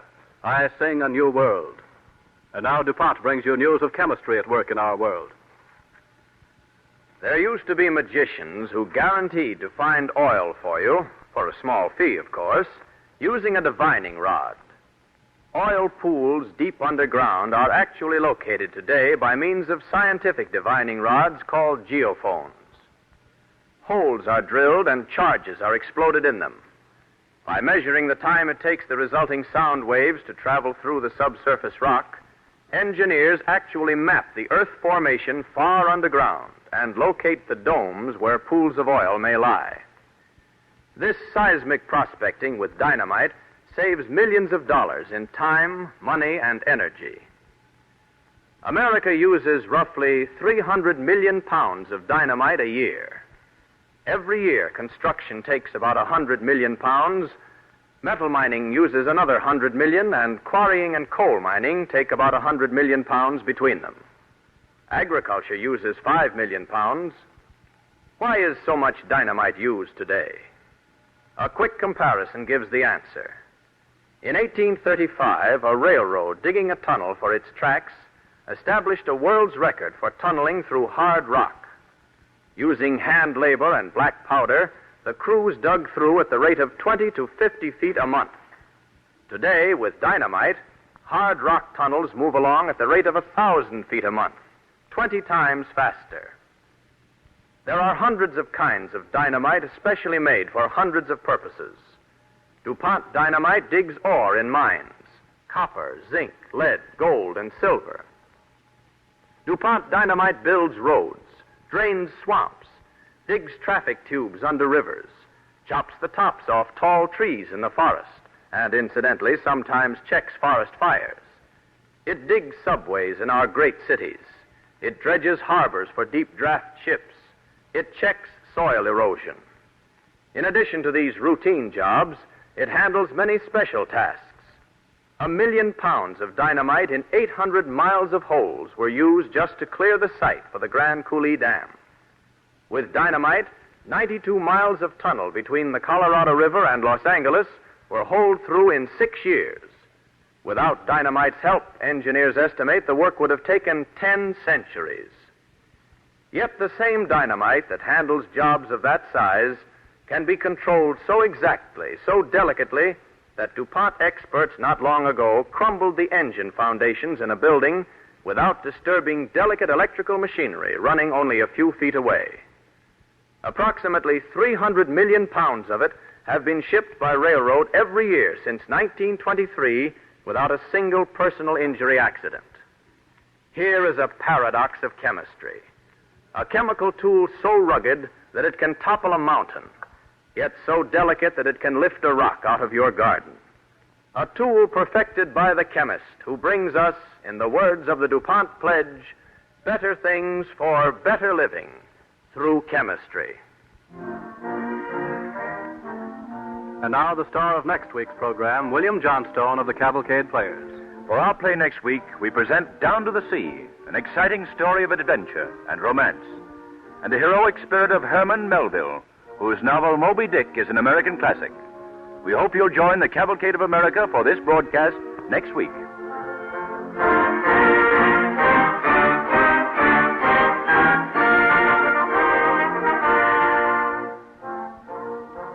On the Cavalcade of America, your announcer is Clayton Collier, sending best wishes from DuPont.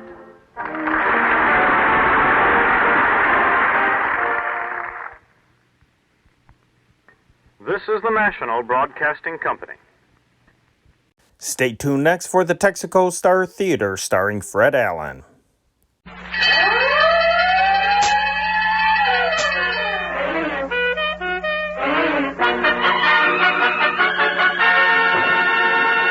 The Texaco Star Theater.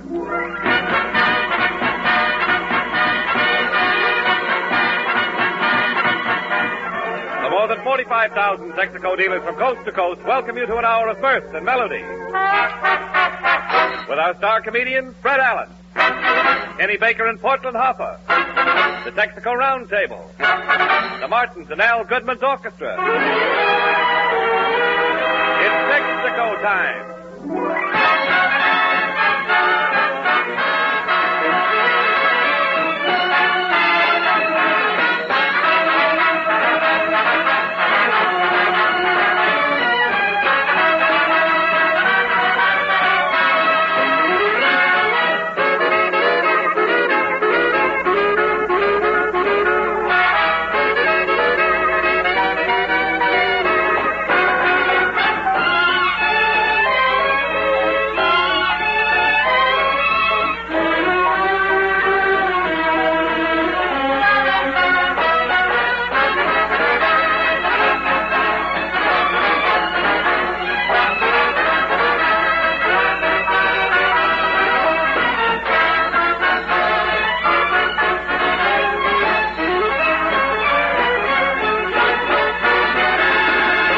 Ladies and gentlemen, tomorrow is the first day of spring, the day when Mother Nature auditioned her buds and flowers.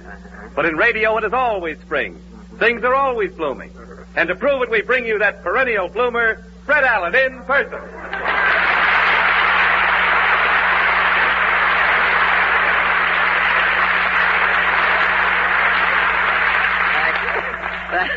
I always bend way over when I bow at first, you know, Jimmy. It lets the blood rush to my head where it won't be crowded. It's very... Well, thank you, and good evening, ladies and gentlemen, again, and thank you, Mr. Equinox Wallington, for that semi-botanical send-off. Spring in New York. Oh. Spring in New York. Baloney. Mr. Wallington, please. That delicatessen innuendo. Well, who knows if it is spring here in New York? Why, signs of spring are everywhere, Jimmy. Trees budding, flowers blossoming, green things shooting up. Green things. Name one green thing you've seen in New York. Why, green things come up out of the sidewalks here, Jimmy. Look in front of any A&P. Everything is green. Green traffic lights on every corner. There are 4 pages of greens in the phone book. And I just took a look at that gold cigarette case you gave me for Christmas, brother. And that is as green as a grasshopper's chin.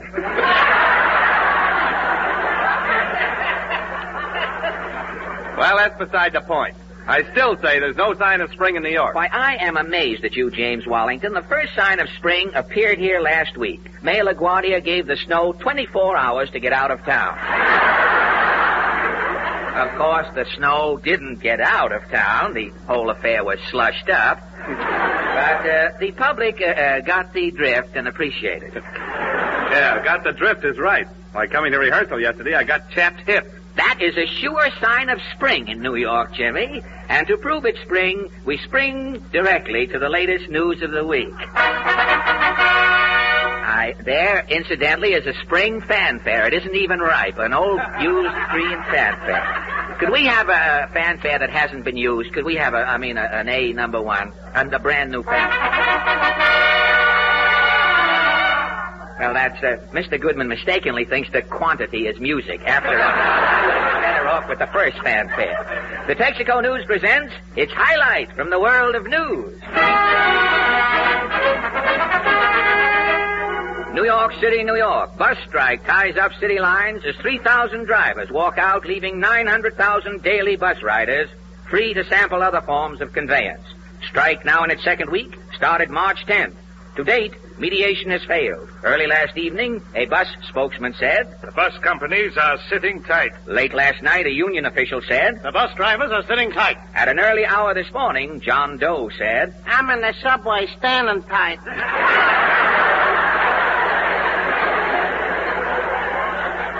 As crowds scurry daily for other means of transportation, the bus strike still drags on. Texaco News, to get the lowdown on the slowdown, interviews men about town to chronicle reactions on the bus walkout. First, Mr. Solomon Sill. Sill, yes. I thought there was a T in your name. Excuse me, Mr. Sill. You are a bus rider, Mr. Sill? Yeah, I live in Jersey. I commute. You do you? Well, has the bus strike inconvenienced you any? No, I've solved the problem very nicely. You have really? How? Yeah, I come over from Jersey every morning on the 42nd Street ferry. Yeah? When the buses were running, I'd take a bus across town to Lexington Avenue. Well, you take the bus across to Lexington Avenue. Yeah. And now that the buses have stopped... I have been using a little boy. You mean the little boy carries you around from... Oh, no. This little boy has a bicycle. Oh, and you... Yeah. Every morning in Jersey, I show the little boy a piece of candy. Uh-huh. The little boy follows me onto the ferry with his bicycle. Uh-huh. Now, when the ferry docks at 42nd Street, I take the bicycle away from the little boy. Well, good for you. I pedal lickety-split to Lexington Avenue, check the bicycle, and go to the office. And at night? My day's work finished, I pedal lickety-split back to the ferry, return the bicycle to the little boy, and we both go back to Jersey. A most ingenious arrangement, Mr. Sill. But tell me, what does the little boy do in New York all day? Oh, nothing. He just hangs around the ferry and cries. And, the next morning, you show him your candy and coax him back on the ferry again? Yeah, he's a gullible little fella, fortunately. And thank you for this ferry story, Solomon Sill. A woman who experienced a trying domestic dilemma as a result of the bus strike was Mrs. Hildegard Buxbaum. You have been upset, Mrs. B? What is happening to me couldn't happen to you, what is happening to me.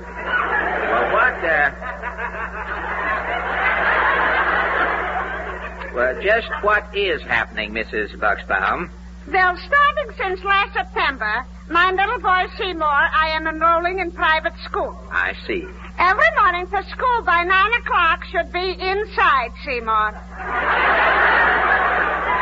At 9 o'clock? This is our rule. A bell is ringing. Oh, I see. That's how it's done. Well, tell me, where is the school?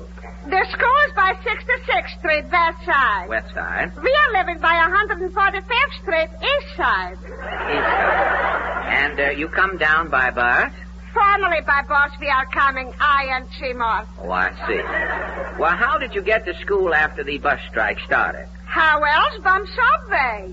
Well, how on earth could you get from east 145th Street to west 66th Street by subway? Foxy, Mrs. Buxbaum. Yeah? I am doping other way. Foxy Mrs. B, huh? Well, how? First, I'm going to Grand Central, downtown. Downtown, yeah? Then I'm going to Times Square, crosstown. Crosstown, uh-huh. Then I'm going to 72nd Street, uptown. Uptown. Then finally, I'm going to 66th Street, downtown. Downtown. And? And boom, boom, boom, it is Seymour School. Well, that is really a wonderful route. Wonderful. But I am not taking it.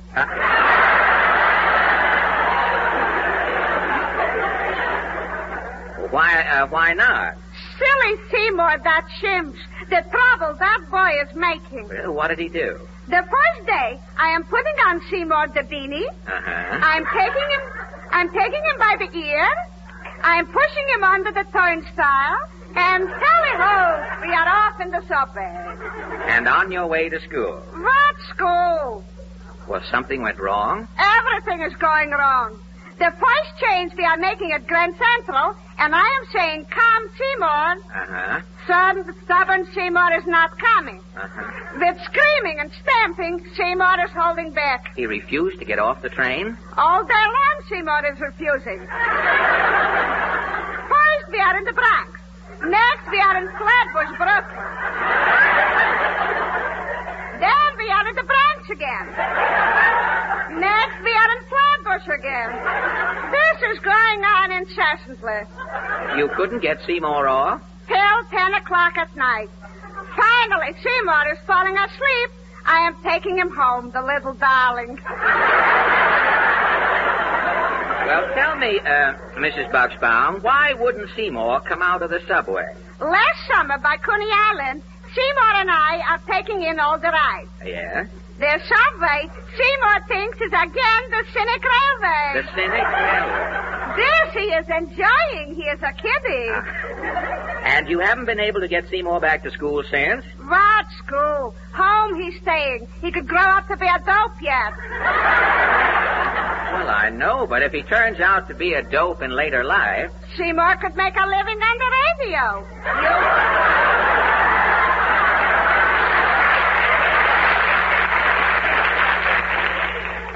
You are doing that? I see your point, but I entirely missed the connection, the subtlety. And thank you, Mrs. Hildegard Bucksbaum. One of the many men... All right. Little confusing. Mrs. Bucksbaum leaving the microphone and Mr. Lump coming up. We didn't know whether it was a reception or the finish to a grand performance. Now, one of the many men who was indeed happy to see the strike start was this little man who faces our microphone now, Malcolm Lump. Is that right, Malcolm? Yeah, the bus strike sure was a break for us taxi drivers. You've been working hard, have you, Malcolm? I ain't been to bed for 8 nights. Sakes alive. Well, how do you stay awake? I stopped drinking Sanket. You stopped drinking? Well, tell me, have you been riding all over town with your cab? Nah, I just been cruising up and down Madison Avenue following the bus route. Oh, I see. At first, I was stopping at every corner like a bus. Really? Yeah, people was clambering in and out. Uh-huh. It was bedlam. I had a guy back in the cab making change. Oh, circulating around. Yeah. You were jammed, were you? Oh, brother. The second day, I had to cut another door in the back of the cab, like a patrol wagon. In the back so the people could get out? Yeah, I'm too cramped. I'm riding 20 people every trip. 20 people crammed into one taxi cab? Well, didn't they complain? Well, they did at first. Then I figured myself out a system. What system? Before the 20 people get in the cab, I introduced everybody all around. Yeah? Then I'd ram them into the cab. Oh, that made it all right. Why, certainly. When people are introduced, they like to be closer acquainted. Oh, I get you. Well, all in all, would you say the strike was a success? It was the greatest thing that could have happened. How do you mean, Malcolm? Coming right after income tax time. Yeah? The bus strike put everybody in New York back on their feet again. Another Walker administration. Thank you. Well, we hope that the bus strike will soon be settled to the satisfaction of all concerned. For until the buses start to roll again, the New Yorkers' theme song will be... Hand me down my walking cane, 'cause I must walk downtown again. As long as the buses stay on strike, all New Yorkers got to hike. So hand me down my walking, hand me down my walking, hand me down my walking, cane.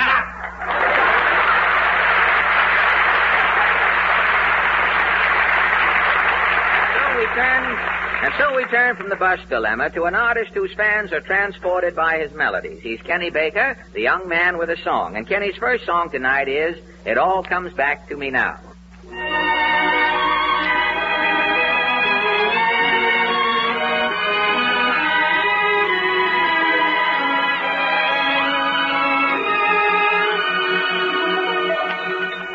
It all comes back to me now. a starry summer sky, a laughing you and I alone. It all comes back to me now, a sea of midnight blue, your face uplifted to my own. We called it a thrill of a moment and blamed the moon up above. We didn't know what the glow meant. We never dreamed it might be love. It all comes back to me now, the love I threw away, and now each lonely night I pray that it will all come back to me someday.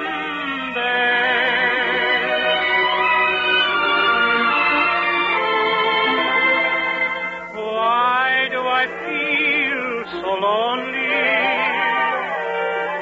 so lost and blue? Why does my heart wander aimlessly the whole night through? It all comes back to me now, a sea of midnight blue, your face uplifted to my own. It all comes back to me now, the love I threw away, and now each lonely night I pray that it will all come back to me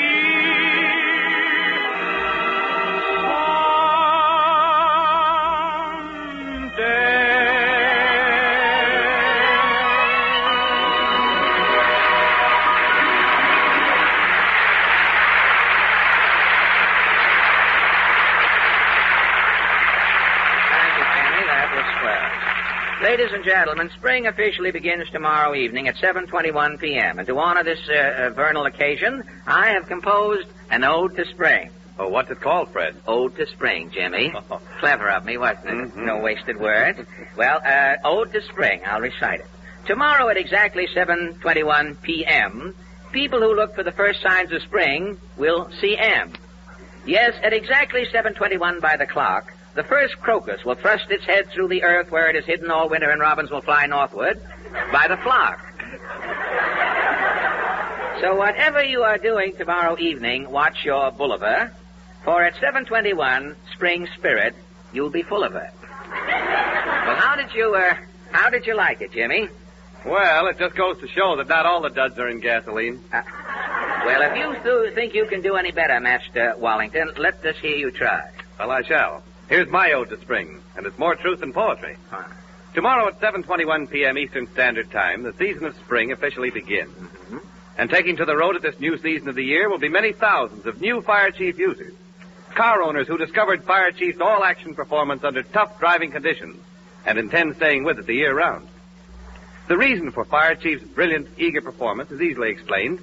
The duds, those useless, sluggish elements in gasoline, are out of Fire Chief. That's what gives Fire Chief its fast start, quick pickup, economical mileage. It's all driving energy. So next time, try a Texaco dealer and famous Fire Chief. There's not a dud in a tank full.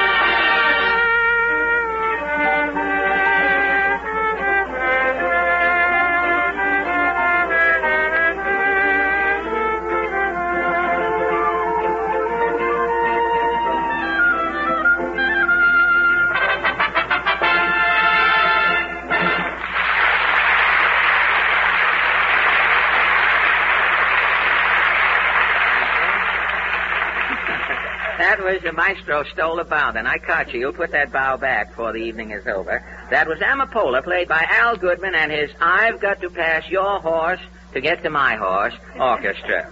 And we have the racing forms to prove it. And now, ladies and gentlemen... Oh, hello, Portland. Hello.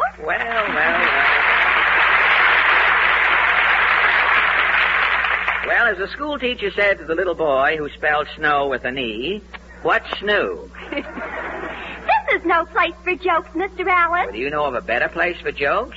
This is supposed to be a comedy program, isn't it? Yes, but jokes are old-fashioned. Comedy programs today all go in for romance. Romance? What romance? On Bob Hope's program, for instance, he's always in love. Well, Bob Hope is a much younger man, Portland. But you're prettier.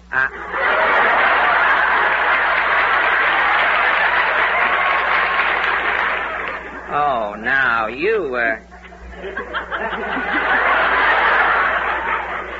You don't need your job that badly, Portland. And look at Mr.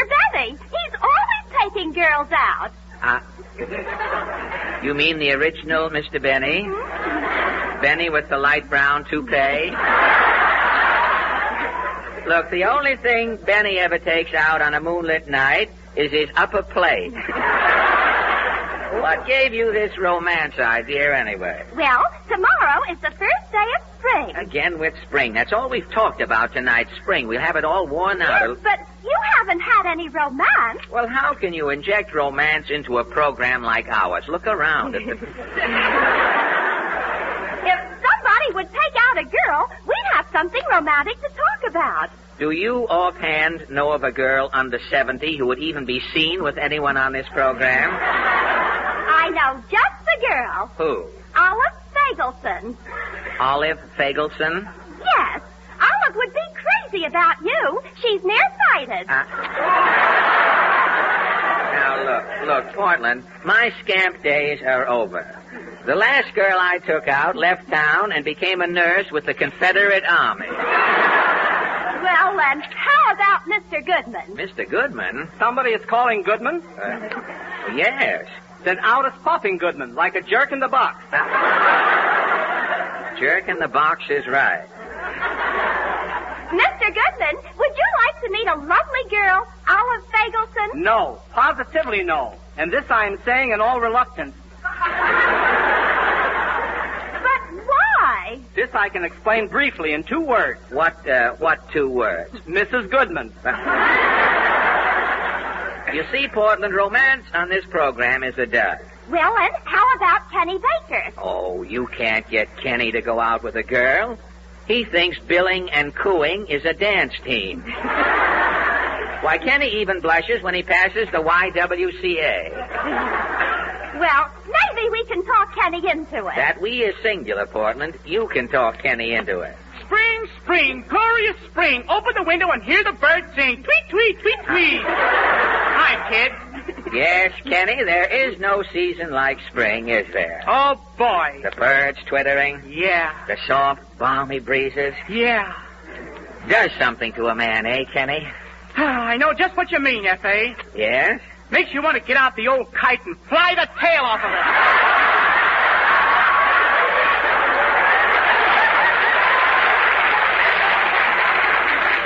Well, I told you, Portland. Kenny doesn't even know what romance is. Kenny? Yes, Porty? Have you ever thought about girls? Girls? You mean those skinny things that wear dresses and open-toed shoes? Yes. Yeah, I think about them a lot. What do you think about them? Don't their toes ever get cold? Now, look, Kenny, you're not bashful. You're not afraid of girls, are you? Not unless they're bigger than I am. No use, I feel. Why don't you just try talking to a girl, Kenny? You might like it. Oh, I talked to a girl a whole hour yesterday, and I didn't like it. Well, who was the girl? The cashier at the Paramount Theater, a redhead. Why didn't you like it? I still had to pay to get in. But that was a business discussion, a battle of wits. Yes, Kenny. I want you to meet a girl socially. What for? Portland wants you to take out an Olive Fagelson. What's an Olive Fagelson?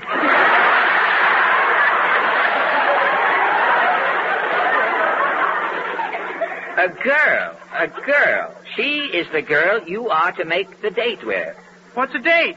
Oh, well. Well, for instance, you buy 2 tickets for the movies. Yes? And you take Olive along. I can't buy her a ticket for the movies. I don't even know her.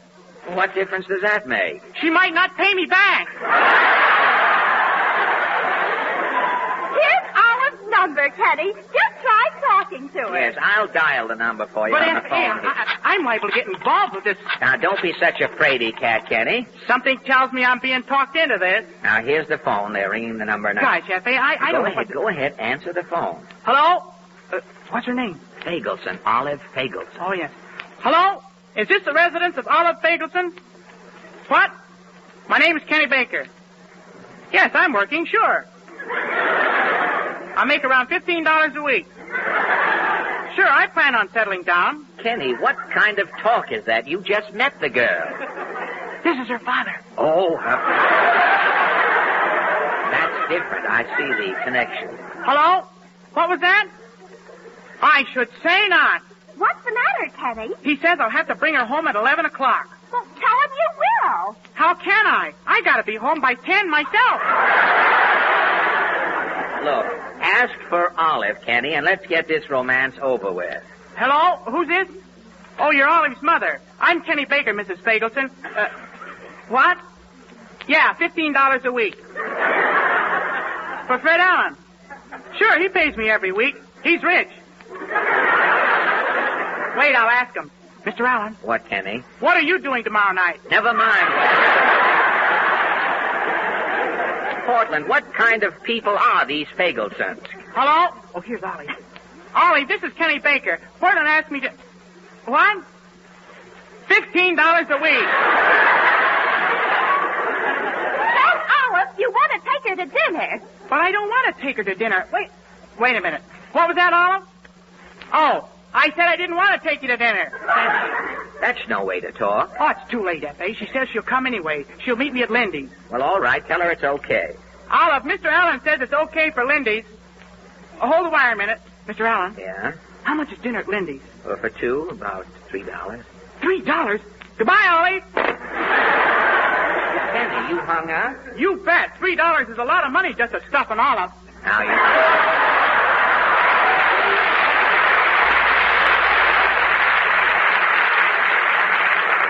You see, Portland, romance is out. It's no use, spring or no spring. It's obvious that no girl will ever take Kenny away from her. Yeah, I'm hard to get.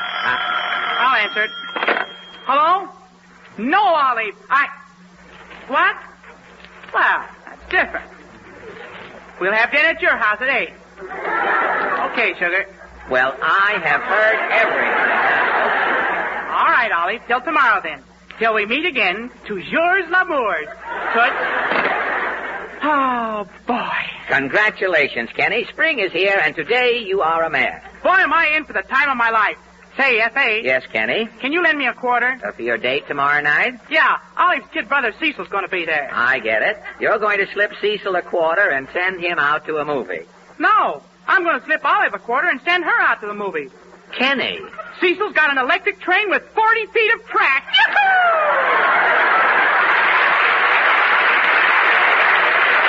Give up. I'll take one last chance and try to get Kenny in the mood. I've asked the Martins to dedicate their next song to Kenny, and so then the Martins sing A Romantic Guy, I.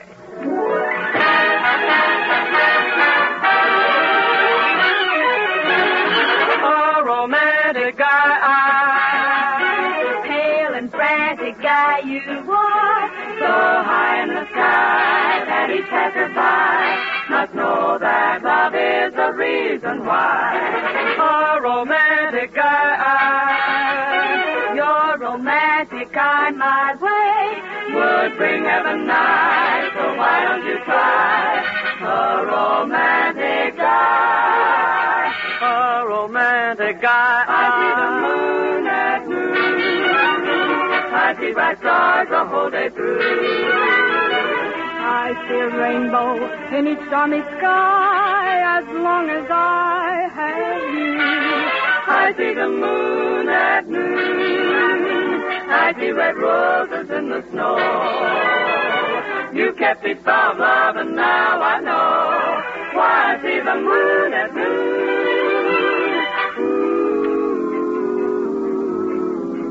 A romantic guy, you. Pale and frantic guy I am. So high in the sky that he's had to fly. Must know that love is the reason why. A romantic guy, you. So romantic I my way. Would bring heaven nigh, so why don't you try a romantic guy? A romantic guy.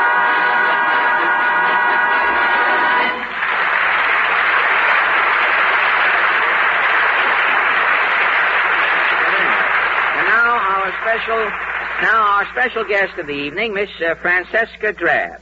What is it you do again, Miss Drab? I sell toast insurance. Toast insurance? Yeah. What is that? Well, every morning, thousands of housewives all over the country put their bread in the toaster, forget it, and it burns. Oh, and with this toast insurance of yours, you pay if the toast burns. Is that right? No, I keep it from burning. Oh. With every policy, I give you a parrot. What has the parrot got to do with toast insurance? This parrot is trained to sit on top of the toaster. Uh-huh. The toast starts to smoke. Yeah. The parrot sees the smoke. The parrot yells fire. You turn off the toaster stays. Well, it's a great idea. I see only one flaw, Francesca. By the time the parrot sees the smoke and clears his throat and opens his beak to yell fire, the toast is already a whole wheat clinker. Now, as Jimmy Wallington often says, when you see a cloud of smoke rising from the electric toaster, it's too late. The toast is burned. And when you see smoke pouring from an automobile exhaust pipe, the chances are it's also too late.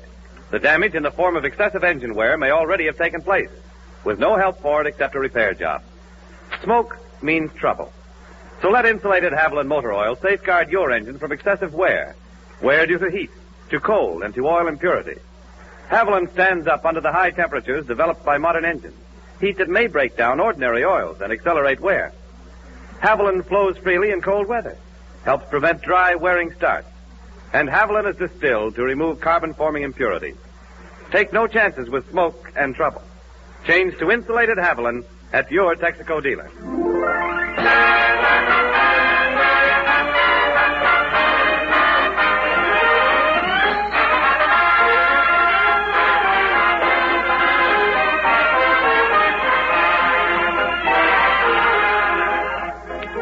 The Texaco Star Theater continues immediately after a short pause for your station identification.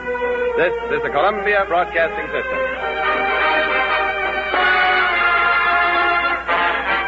WABC, New York.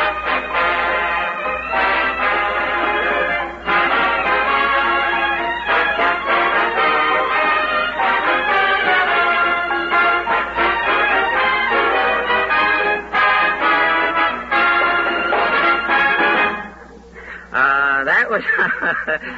I just dozed off. Excuse me, Uncle Jim. That was You Should Be Set to Music from the popular musical review, Crazy with the Heat. And now, ladies and gentlemen, we open our Texaco Roundtable for a short fiesta of trivia. Our three guests are ready for their unrehearsed participation, and Portland, I hope, calls the roll. Are you ready, Portland? Yes. Mr. Al Jordan from Charlotte, North Carolina. Well, good evening, Mr. Jordan. Good evening, Mr. Allen. You're from Charlotte, Portland said. Charlotte, North Carolina. Charlotte is right. Is that down in tobacco auctioneer country, is it? Partially. Partially. Winston-Salem is really in the heart of the tobacco auctioneer country, isn't it? That's right. Well, will you tell me, coming from such a warm and wonderful climate, what are you doing up here in New York in this frigid weather? You're getting your full value out of your winter underwear or something? What possesses you to come up here at this time? I'm attending the International Convention of Beauty Shop Owners. Oh, the beauty shop convention? Are you in the beauty business? I'm in the beauty supply business. I'm a jobber. Oh, a jobber, huh? I'd never know it to look at you. I hope you're not going to do a job on me as long as you're up here tonight. Well, tell me, how is the beauty business? Are you making a pretty penny?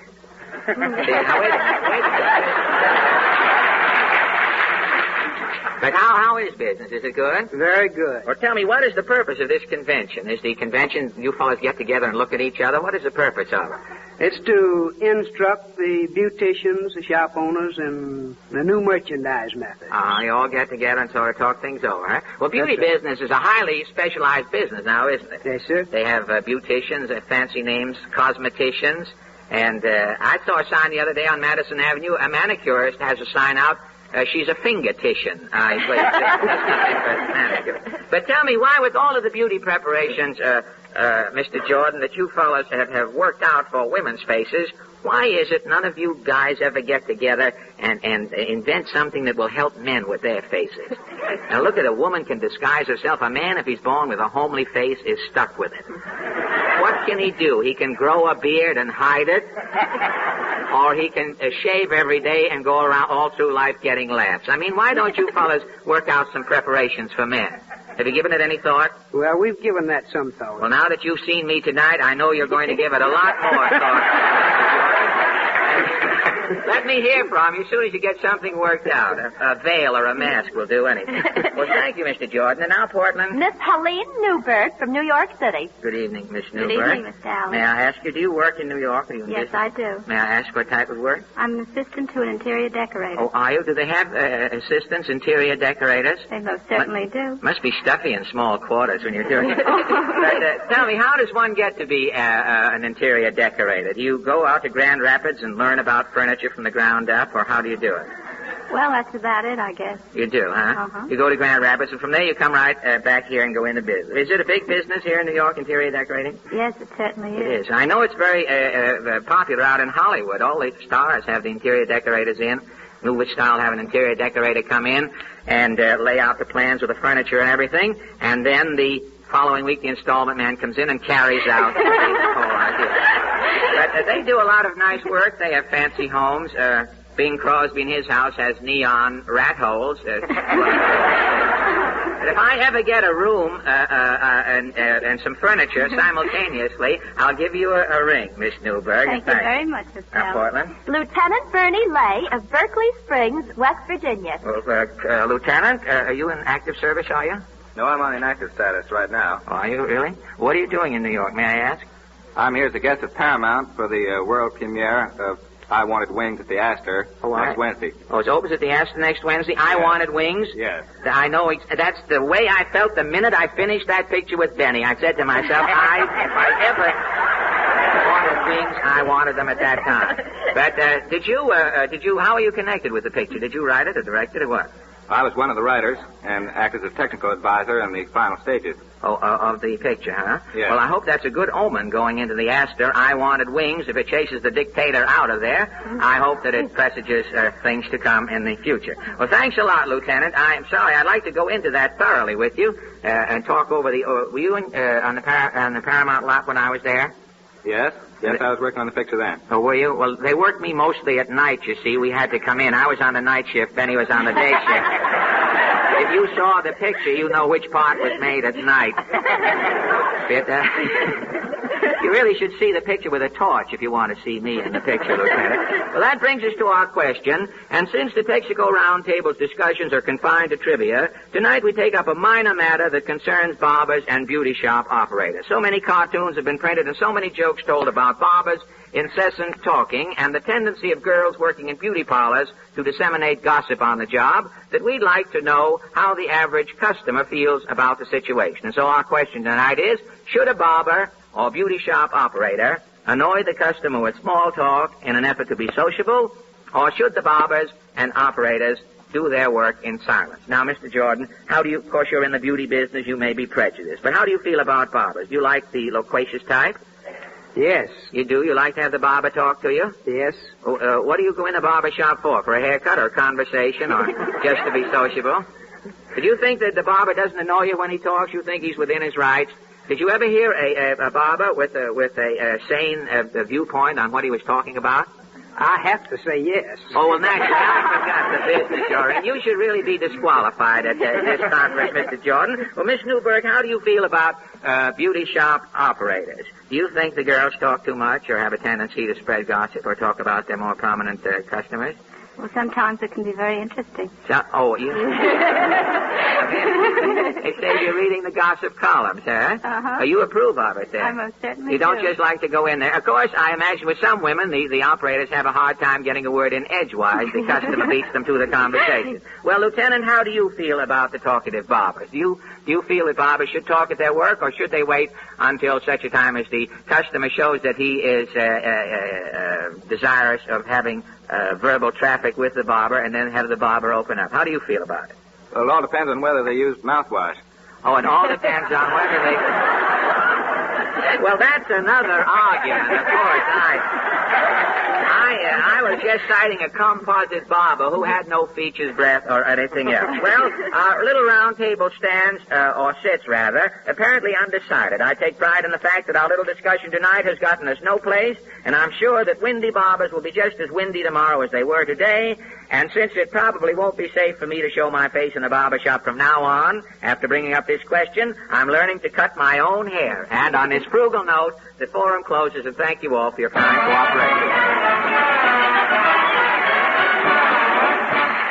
Ladies and gentlemen, we return you to Kenny Baker. Kenny's leaving tomorrow for Chicago, where he is singing next Sunday with the Chicago Women's Symphony Orchestra. And all Kenny Baker fans are invited to tune in for Kenny's concert appearance next Sunday afternoon. And now to sort of warm up, for Sunday, Kenny sings Nobody Knows the Trouble I've Seen.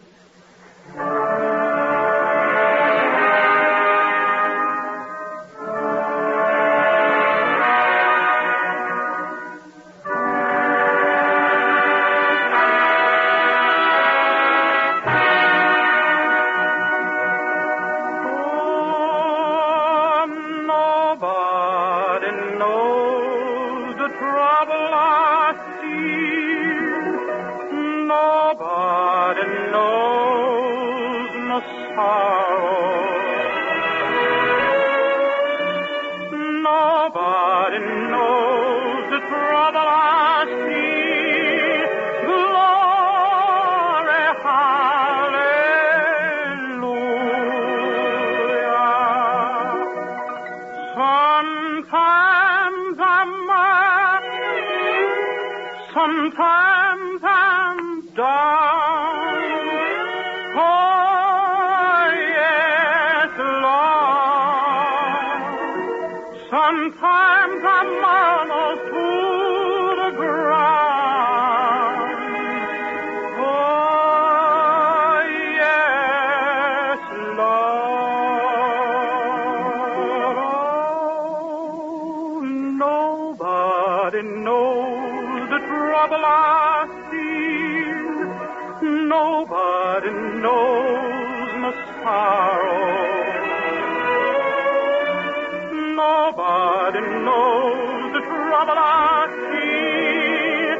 Glory, hallelujah.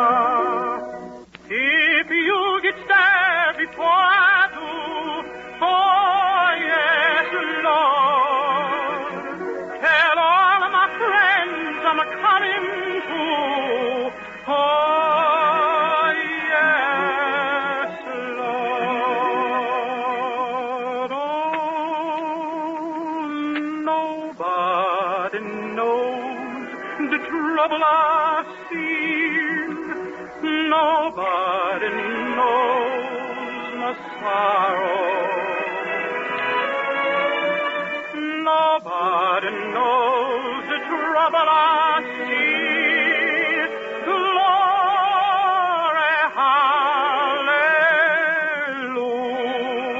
hallelujah. Oh, yes,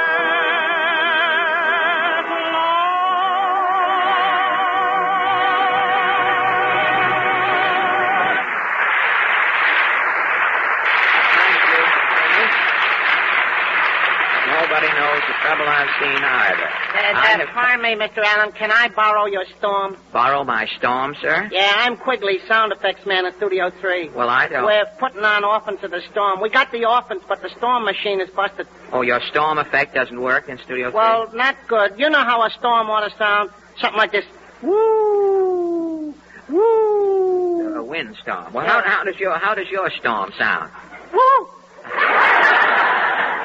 In other words, your storm machine isn't flexible enough. Yeah, and it ain't got any power neither. Well, if you want flexible power, sir, I recommend that you lend an ear to our flexible flyer, Larry Elliott. Yes, when you call for power, you want it. Lots of it. Power to get you off to a quick start. Power to permit you to maneuver your car smoothly in traffic. Power to lift you up and over the hills. And that's where the alert, flexible power of Sky Chief comes in. Texaco's different premium gasoline. Just touch the starter and your engine quickly takes over. Bear down a bit on the accelerator and you're in motion eagerly, effortlessly. With quick start, surging acceleration, soaring power on the hills, Texaco's Sky Chief gasoline has a way of bringing out the finest performance in any car. Try Sky Chief soon. It's your Texaco dealer's luxury gasoline for those who want the best at the usual premium price.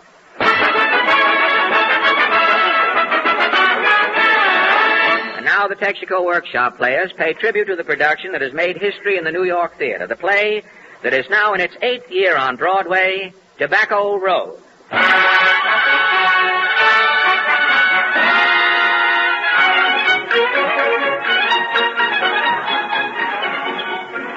On October 3rd, 1933, the play Tobacco Road opened unheralded in New York City. The story of a shiftless folk and their hillbilly trials and tribulations became a smash hit. Since 1933, Tobacco Road has been played in 247 cities and 41 states by touring companies. Darrell F. Zanuck's great picture version of Tobacco Road has recently been released, and the original New York company is still playing to capacity business here in its 8th year. Its attendance record... Tobacco Road is played to 2 million grad, 4,000 outer, dawbone people. Its receipts... Tobacco Road has grossed $12,000 and 15 cents. 15 cents? A lady in Albany forgot her change. Oh, you rapped on the window with the sponge as usual. The original Jeter Lester in Tobacco Road recently said, I played Jeter till I got too old to creep on the stage. Then my son took over. Well, is your boy still playing the role? No, my son played Jeter till his arteries backfired. Yeah? Then his son took over. My grandson's playing Jeter today. 3 generations in your family have played the Jeter Lester part? Yep. All of us played the Jeters till we got 'em. Have you still got the Jeters? My hand shakes so bad, I quit tipping my hat. Looks like I'm strutting. Well, it's all right. You have to watch those things. The original Emmy Lou, the girl who eats a turnip at every performance, recently told a friend, I've ate so many turnips I have to stay out of pet shops. Rabbits snap at my breath.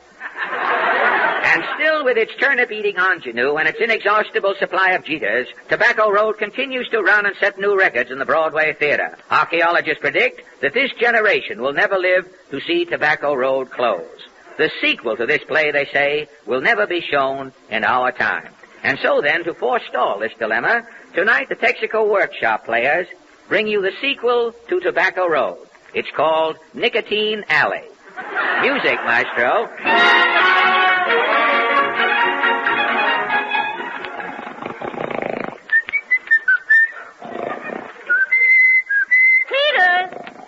Peter Fester, wake up. Dog dang lazy old coot, wake up. What's up, Ma? Everything's up but you. What time is it? It's spring. It's spring? What year? 1941. 41? You mean 31, don't you? I said 41. 41's what I mean. You've been sleeping 10 years. 10 years, jeepers. What's been going on, Ma? Who's president? He still is. He is.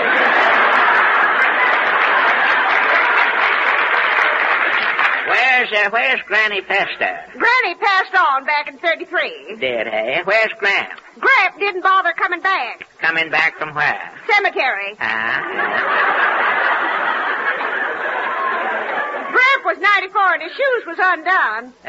Gramp said what was his while to come home again. As long as Gramp was there with his shoes undone, saved himself a trip, I reckon. Where's the kids? What kids? Our kids, remember? Oh, them. Yeah, them. Well, Big Sadie run off with a medicine show. Well, I know that had happened. Big Sadie was always sickly. Knowed something like that would happen. What about t'others? You recollect Sour Sam? He was the little shaver with no holes in his nose, wasn't he?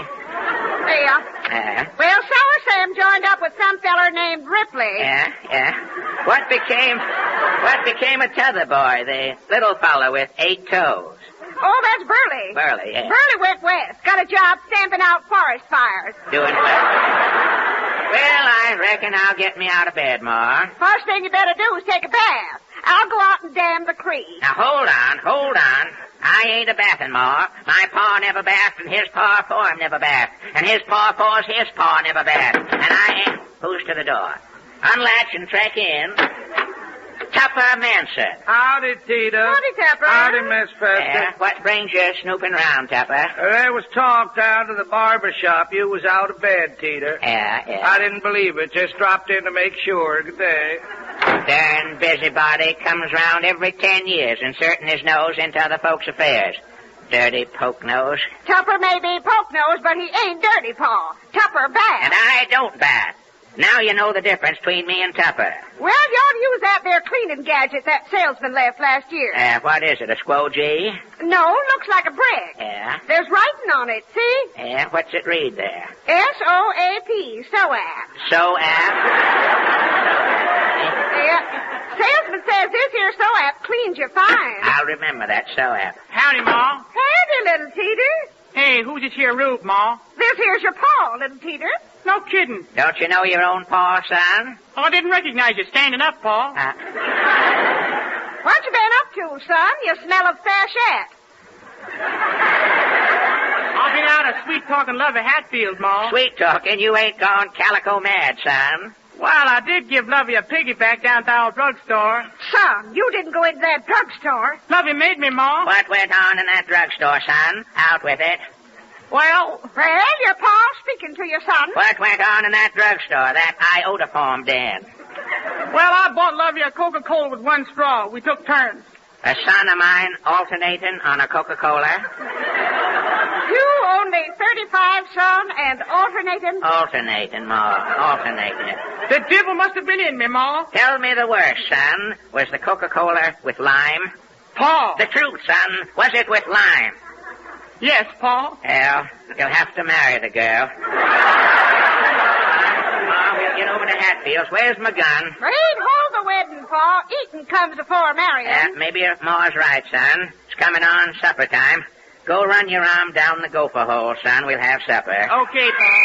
I reckon that's Zeb Tinkham with the mail. Letter for you, Tina. Thank you, Zeb. Want I should come in and read it for you? No, I can hear you all right. There's 3 of us to hum, Zeb. Reckon 3 of us can handle her. Okay. What is it, Pa? Well, looks too small for a catalog. Postman says 'twas a letter. Wait till I get the bark off it here. Reckon the writing's inside. Yeah, she's open now. Next thing's to read her. Let me see. You got the letter upside down, Pa. I know. I'm reading her the hard way, son.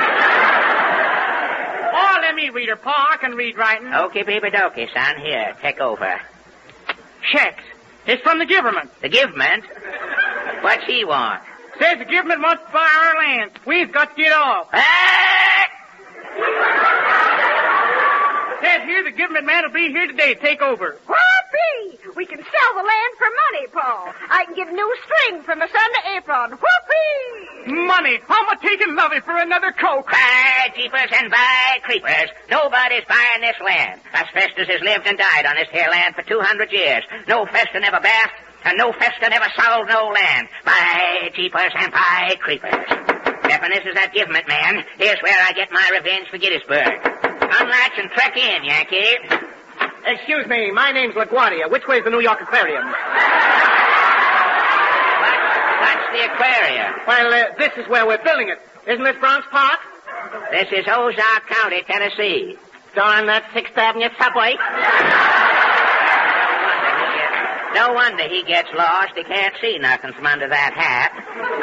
Why don't you sell him the land, Pa? No, by jeepers and by creepers. I was born on this land and I'm dying on this land. By jeepers and by creepers. This must be Mr. Government now. Mr. Government, eh? Unlatch and trek in. Tina Fester? Yeah? What's it to you? I'm from Washington, from the government. The government, eh? I'm here to buy this property. Well, tain't for sale, mister. You've got to sell, Fester. The government is building a training camp here on your land. Training camp? You going to put trains on the land like a depot, mister? No, Rube. The government is training men. It's the draft. Well, sounds daffy. Men training to sit in a draft. It's the Army draft, lady. Haven't you yokels heard about the war? I thought the war was over when Dewey took Manila. No, look. I haven't got time to explain the world situation, folks. Here's a check for your land. Now beat it. No, by keepers and by creepers.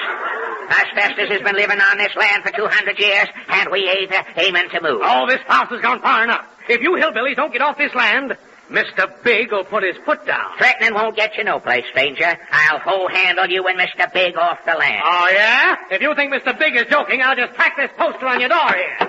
There. That's your official notice, Fester. Good, What's that writing say? Let me see now. By cheapers and by creepers. Hitch the mule, more. Pack the Sears Roebuck catalog, son. We're getting off the land. But, Pa, you swore you'd stay. I did, Ma, but no Fester can stand the penalty that Mr. Biggs writ on that there paper. What's Mr. Big allow? Says anybody obstructing the construction of this army camp will find himself in hot water. Hot water? They're threatening me with a bath, Ma, and I can't take it. By cheapers and by creepers. A nice sharp word from Larry Elliott. The next few moments are devoted to the entire petroleum industry by the Texas Company. You may call it petroleum or just simply oil, but no other single resource in so short a period of world history has played so great a part in building a nation like the industrialized and mechanized America of today. And now, as America mobilizes, our available supply of oil, the lifeblood of our democratic economy and defense, is the greatest in our history. Through research, exploration, and scientific production, the petroleum industry has planned and is now prepared to meet not only the daily demands of our civilian life, but every demand of America's defense program. Thank you, Larry. Thank you, ladies and gentlemen, for listening. This is Fred Allen saying good night for the more than 45,000 Texaco dealers from coast to coast and inviting you to drive in anytime. Remember, you're welcome. This is the Columbia Broadcasting System.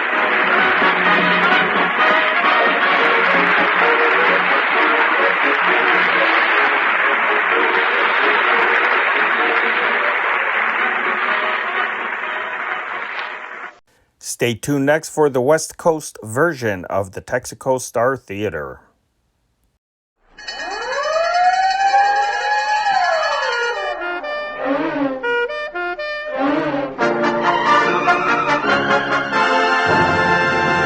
The Texaco Star Theater.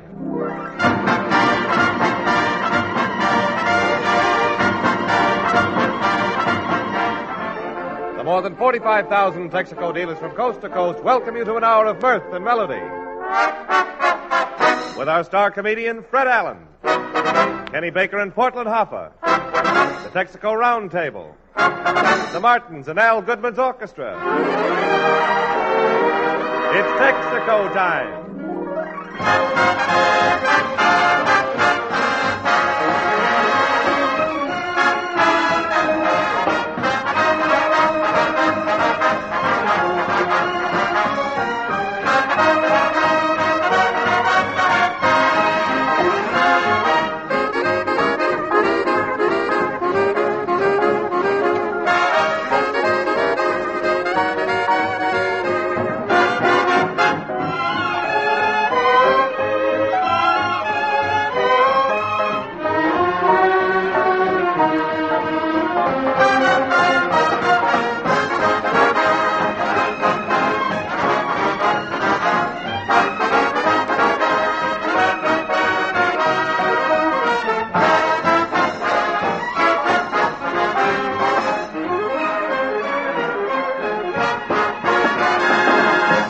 Ladies and gentlemen, tomorrow is the first day of spring, the day when Mother Nature auditions her buds and flowers. Yeah. But in radio, it is always spring. Always spring. Things are always blooming. Oh. And to prove it, we bring you that perennial bloomer, Fred Allen, in person.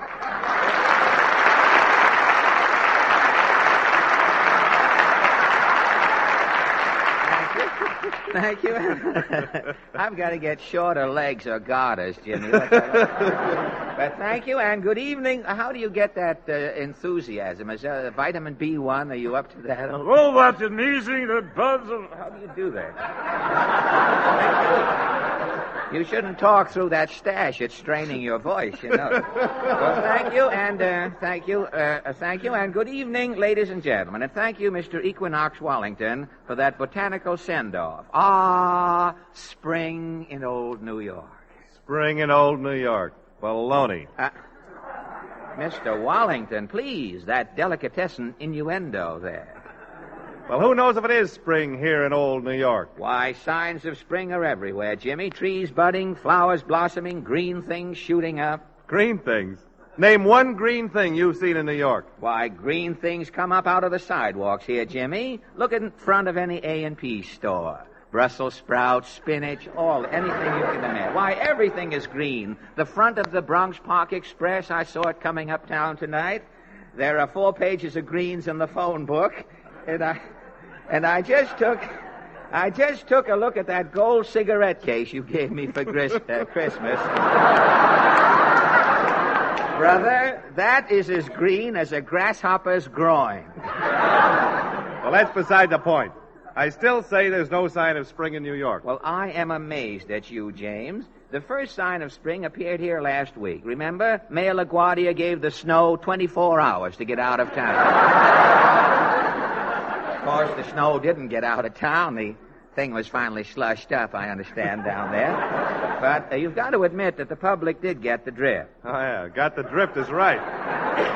Got the drift is perfectly right. Don't repeat it. It's no good even the first time. It's not much good. I didn't write it. Well, I know it, but don't. Now they know who to blame. I mean, yeah. Well, all I was going to say, Fred, was that coming to rehearsal yesterday, Why don't you get a comb? Why do you pick your hair? Why don't you May I go on? Yes, I just noticed you've got a bigger part in your hair than you have in the script.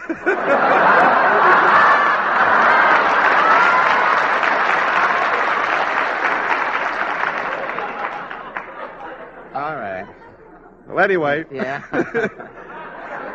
You know, when I was coming to rehearsal yesterday, I got chapped hips. Well, everybody's forgotten what that was supposed to refer to. Had to do with drift. And so we turn to the latest news of the week. Go ahead. The Texaco News presents its highlight from the world of news.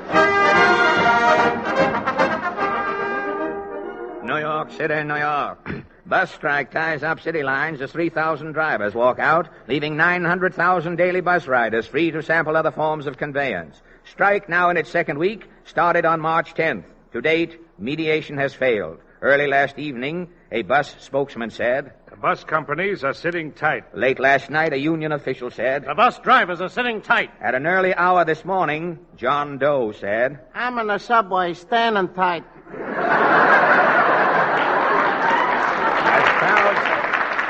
As crowds scurry daily for other means of transportation, the bus strike still drags on. Texaco News, to get the lowdown on the slowdown, interviews man about town to chronicle reactions on the bus walkout. Our first guest, Mr. Solomon Sill. You are a bus rider, Mr. Sill? Yeah, I live in Jersey. I commute. Well, naturally, how else would you get over here? Well, has the bus strike inconvenienced you, Solomon? No, I've solved the problem very nicely. You have? How? Well, I come over from Jersey every morning on a 42nd Street ferry. Yeah? When the buses was running, I'd take a bus across town to Lexington Avenue. Oh, the bus right across to Lexington Avenue. Sure. Well, now that the buses have stopped... I have been using a little boy. Oh, you mean the little boy carries you over from... No. This little boy has a bicycle. Oh, and you... Yeah, every morning in Jersey, I show the little boy a piece of candy. Mm-hmm. The little boy follows me onto the ferry with his bicycle. Yeah? Now, when the ferry docks at 42nd Street, I take the bicycle away from the little boy. Well, good for you.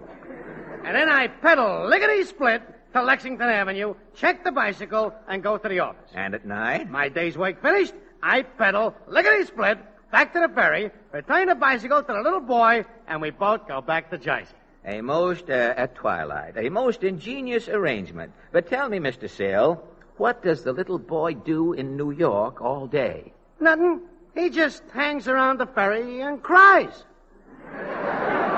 And the next morning, you show him your candy and coax him back on the ferry again? Yeah, he's a gullible little fella, fortunately. Fortunately, yes. And thank you for this ferry story, Mr. Solomon Sill. A woman who experienced a trying domestic dilemma as a result of the bus strike was Mrs. Hildegard Buxbaum. You have been upset, Mrs. Buxbaum? What is happening to me couldn't happen to you what is happening to me. Well, what is happening, Mrs. B? Well, starting since last September, my little boy Seymour, I am enrolling in private school. Oh, I see. Seymour, huh? Yes. Every morning to school by 9 o'clock should be inside Seymour. At 9 o'clock. Yes, this is a rule. A bell is ringing. Oh, I see. It facilitates things. And where is the school? The school is by 66th Street, west side. West side? We are living by 145th Street, east side. East side. And you come down by bus?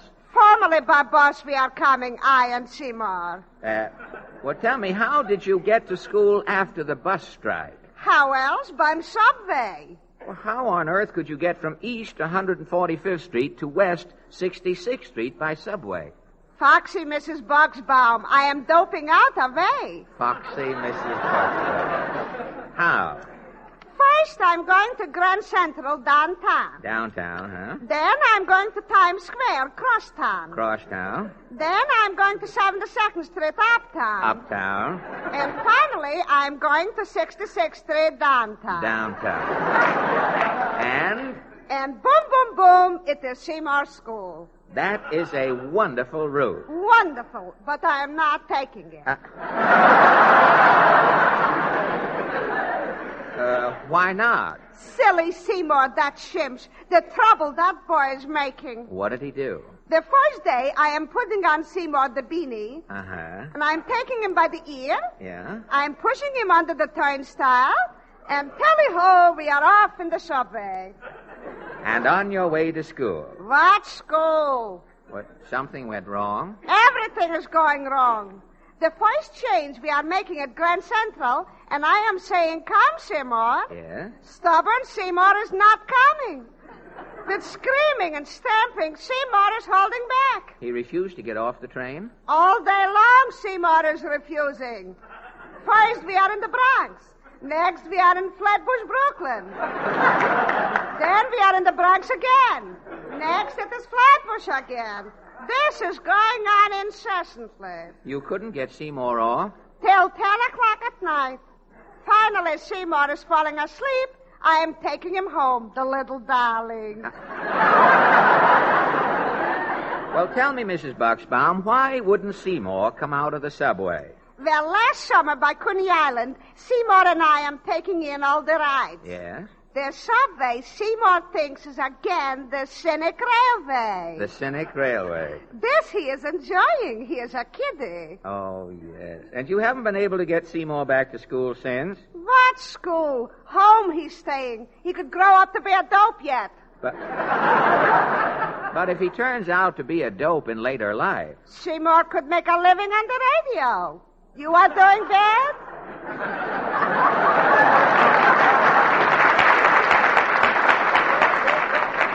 I see your point, and I'm seeing my lawyer, and thank you, Mrs. Hildegard Buxbaum. One of the many men who was happy to see the strike start was a Malcolm Lump.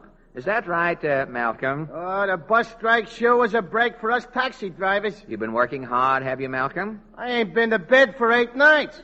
For sakes alive, how do you stay awake? I stopped drinking Sanka. You stopped drinking, Yeah, huh? yeah. Well, have you been riding all over New York with your cab? Nah, I've just been cruising up and down Madison Avenue following the bus route. I see. At first, I was stopping at every corner like a bus. Really? Yeah, people was clambering in and out. Mm-hmm. It was bedlam. I had a guy back in the cab making change. Oh, you were jammed. Oh, brother. The second day, I had to cut another door in the back of the cab. Like a patrol wagon. You mean so that people could get out? Yeah, I'm too cramped. I'm riding 20 people every trip. 20 people crammed into one taxi cab? Well, didn't they complain? Well, they did it first. Then I figured myself out of system. What? Before the 20 people get in the cab, I introduced everybody all around. Yeah? Then I'd ram them into the cab. Oh, that made it all right. Why, certainly. When people are introduced, they like to be closer acquainted. And all in all, then, would you say this? All in all, would you say the strike was a success? It was the greatest thing that could happen. How do you mean, Malcolm? Coming right after income tax time. Yeah? The bus strike put everybody in New York back on their feet again. Another Walker administration. And thank you, Malcolm Lund. Well, we hope that the bus strike will soon be settled to the satisfaction of all concerned. For until the buses start to roll again, the New Yorkers' theme song will be... Hand me down my walking cane, 'cause I must walk downtown again. As long as the buses stay on strike, all New Yorkers got to hike. So hand me down my walking, hand me down my walking, hand me down my walking, take my walking cane now.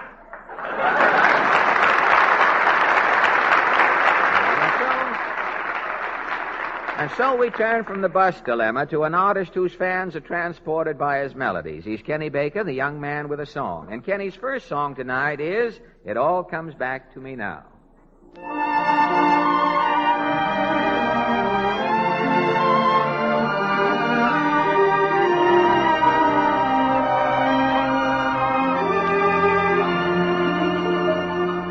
It all comes back to me now.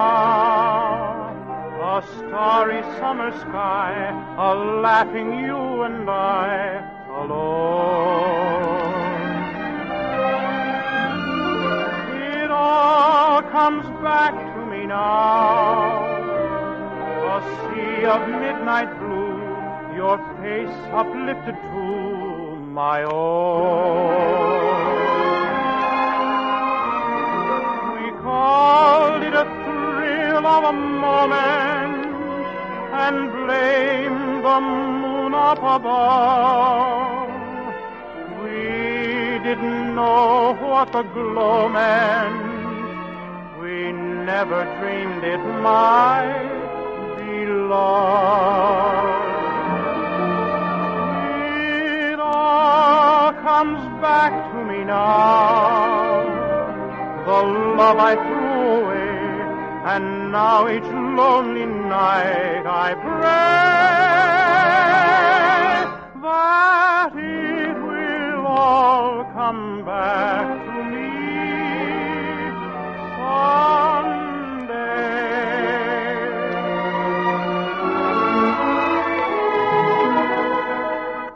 Why do I feel so lonely, so lost and blue? Why does my heart wander aimlessly the whole night through? It all comes back to me now. A sea of midnight blue, your face uplifted to my own. It all comes back to me now. The love I threw away, and now each lonely night I pray that it will all come back to me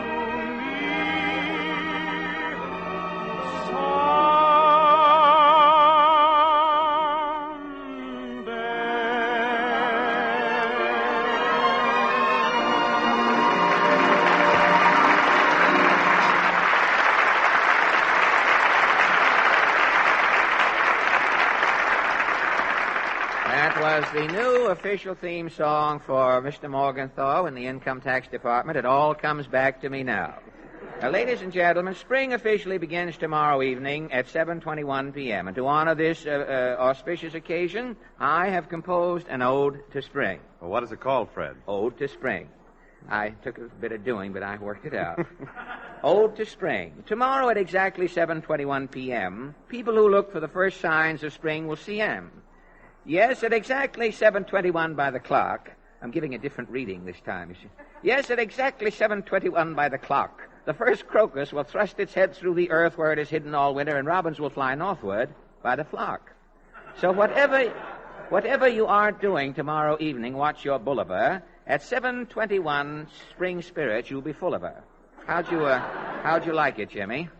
Well, it just goes to show that not all the duds are in gasoline. Well, if you think you can do any better, bub, let's hear you try. I certainly shall. Here's my ode to spring, and it's more truth than poetry. I hope so. Tomorrow at 7:21 p.m. Eastern Standard Time, the season of spring officially begins. And taking to the road at this new season of the year will be many thousands of new Fire Chief users. Car owners who discovered Fire Chief's all-action performance under tough driving conditions and intend staying with it the year round. Now, the reason for Fire Chief's brilliant, eager performance is easily explained. The duds, those useless, sluggish elements in gasoline, are out of Fire Chief. That's what gives Fire Chief its fast starts, quick pickup, economical mileage. It's all driving energy. So next time, try a Texaco dealer and famous Fire Chief. There's not a dud in a tank full.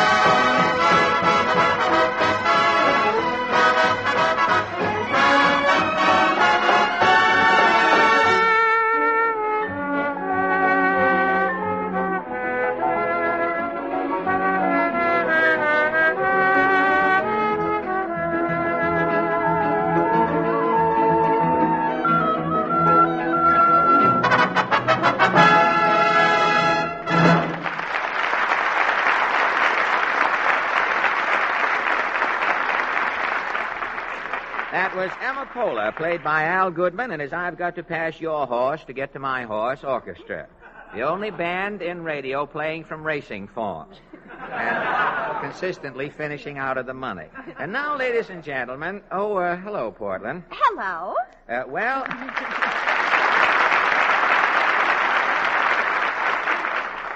as the school teacher said to the little boy who spelled snow with an E, what's snoo?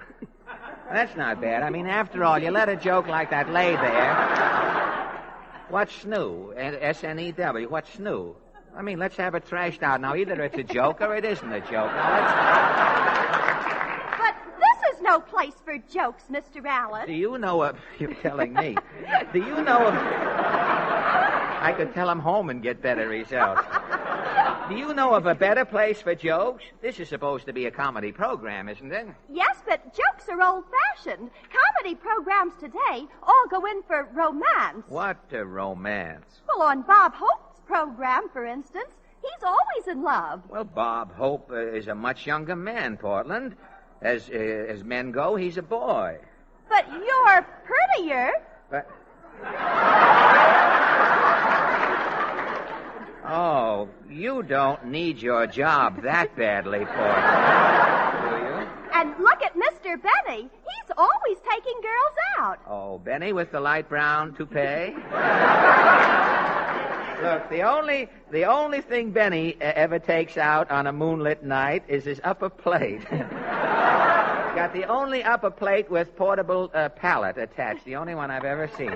Well, what gave you this romance idea anyway, Portland? Well, tomorrow is the first day of spring. Oh, again with the spring. All the spring is out of spring. That's all we've talked about tonight, spring. Yes, but you haven't had any romance. Well, how can you inject romance into a program like ours? Look around. I mean, look at the... Well, if somebody would take out a girl, we'd have something romantic to talk about. Well, do you know of a girl under 70 who would even be seen with anyone on this program? I know just the girl. Who? Olive Fagelson. Olive Fagelson? Yes. Mm-hmm. Olive would be crazy about you. She's nearsighted. Now, look, Portland, my scamp days are over. The last girl I took out left town and became the second girl on the end with the Floridora sextet. Well, how about Mr. Goodman, then? Mr. Goodman? Somebody is calling Goodman? Yes. Then out is popping Goodman like a jerk in the box. Jerk in the box is right. Mr. Goodman, would you like to meet a lovely girl, Olive Fagelson? No, but positively no. And this I am saying in all reluctance. But why? This I can explain briefly in 2 words. What 2 words? Mrs. Goodman. You see, he reads lines like an auctioneer, you know. Someday he'll be reading a line and he'll get a bid on the script. You see, Portland, romance on this program is a dud. Well, then, how about Kenny Baker? Oh, you can't get Kenny to go out with a girl. Kenny thinks billing and cooing is a dance team. Why, Kenny even blushes when he passes the YWCA. Well, maybe we can talk Kenny into it. Well, that we is singular, Portland. You can talk Kenny into it. Spring, spring, glorious spring. Open the window and hear the birds sing. Tweet, tweet, tweet, tweet. Hi, kids. Well, hi, Kenny. I sense the old nest in your voice tonight.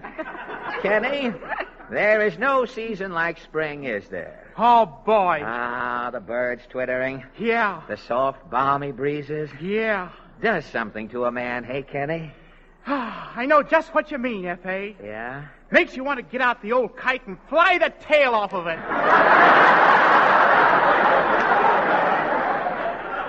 Well, I told you, Portland. Kenny doesn't even know what romance is. Kenny? Yes, Porty? Have you ever thought about girls?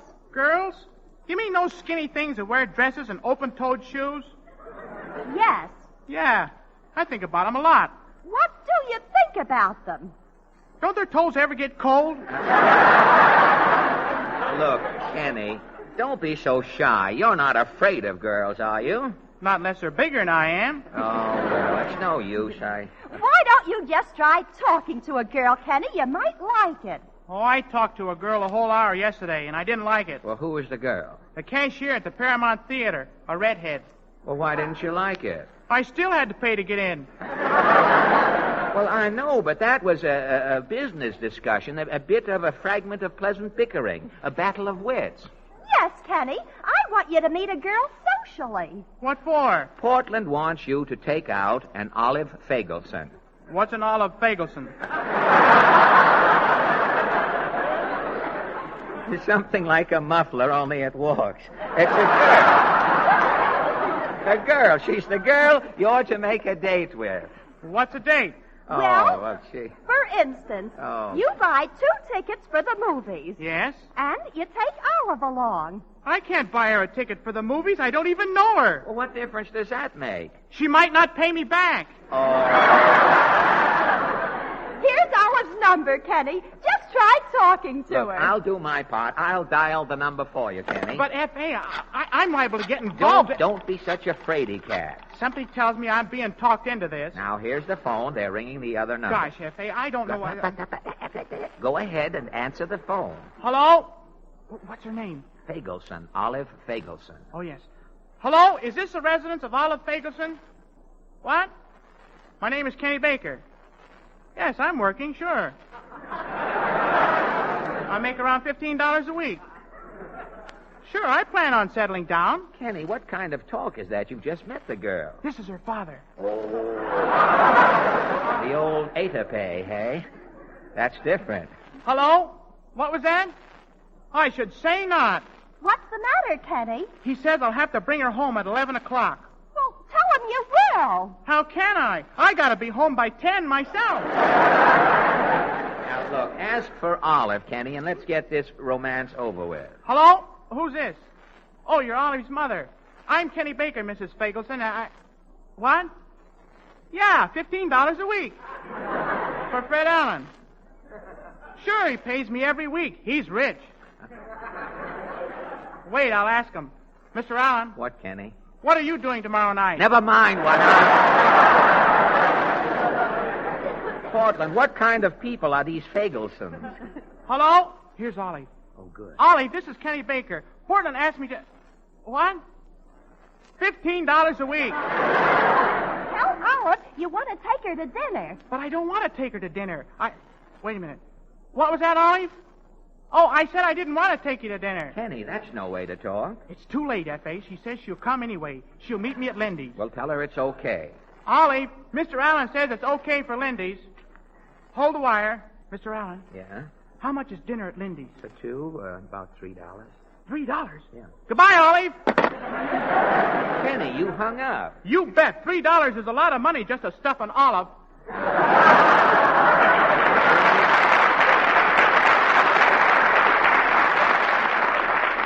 You see, Portland, romance is out. It's no use. Spring or no spring, it's obvious that no girl will ever take Kenny away from us. Yeah, I'm hard to get. I'll answer it. Hello? No, Olive. What? Well, that's different. We'll have dinner at your house at 8, sugar. Well, I have heard everything. Okay, Olive. Till tomorrow, then. Till we meet again. Toujours l'amour. Toots. Oh, boy, oh, boy. Congratulations, Kenny. Spring is here, and today you are a man. Boy, I'm in for the time of my life. Say, F.A. Yes, Kenny? Can you lend me a quarter? You mean for your date tomorrow night? Yeah. Olive's kid brother Cecil's going to be there. Oh, I get it. You're going to slip Cecil a quarter and send him out to a movie? No. I'm going to slip Olive a quarter and send her out to the movie. Kenny. Cecil's got an electric train with 40 feet of track. Yoo-hoo! Before I give up, I'll take one last chance and try to get Kenny in the mood. I've asked the Martins to dedicate their song to Kenny, and so the Martins sing A Romantic Guy, I.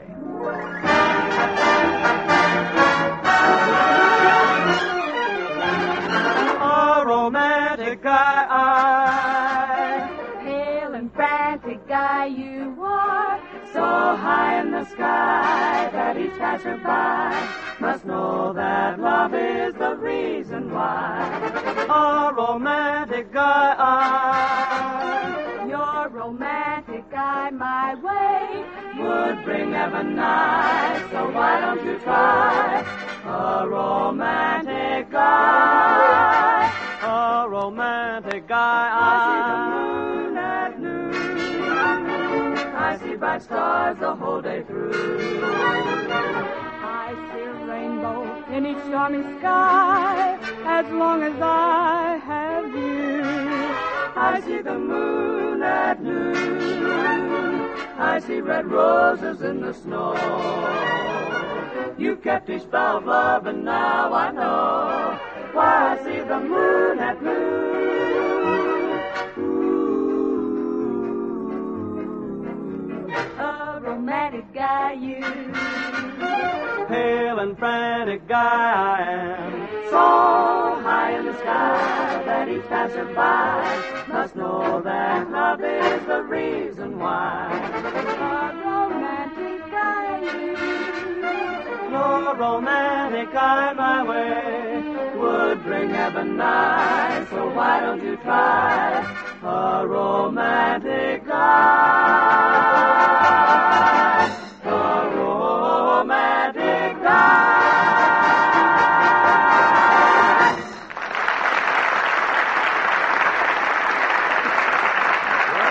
And here now our special guest of the evening, Miss Francesca Drab. What is it you do again, Miss Drab? I sell toast insurance. Toast insurance? What is that? Well, every morning, thousands of housewives all over the country put their bread in a toaster, forget it, and it burns. Oh, and with your toast insurance, you pay the loss if the toast burns? No, I keep it from burning. Oh, I see. With every policy, I give you a parrot.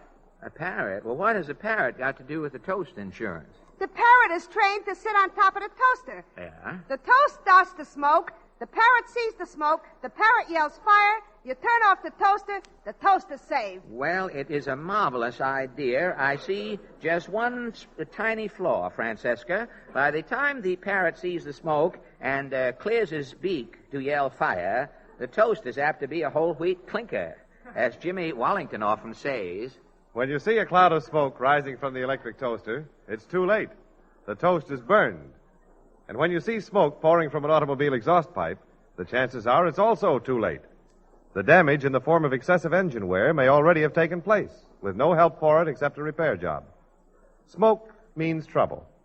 So let insulated Haviland motor oil safeguard your engine from excessive wear due to heat, to cold, and to oil impurities. Haviland stands up under the high temperatures developed by modern engines, heat that may break down ordinary oils and accelerate wear.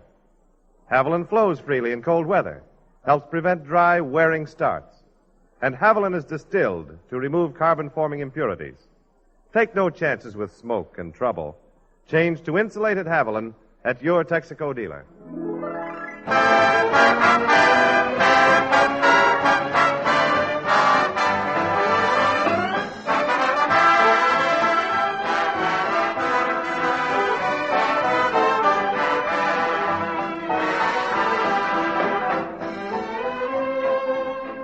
Texaco Star Theater continues immediately after a short pause for your station identification. This is the Columbia Broadcasting System.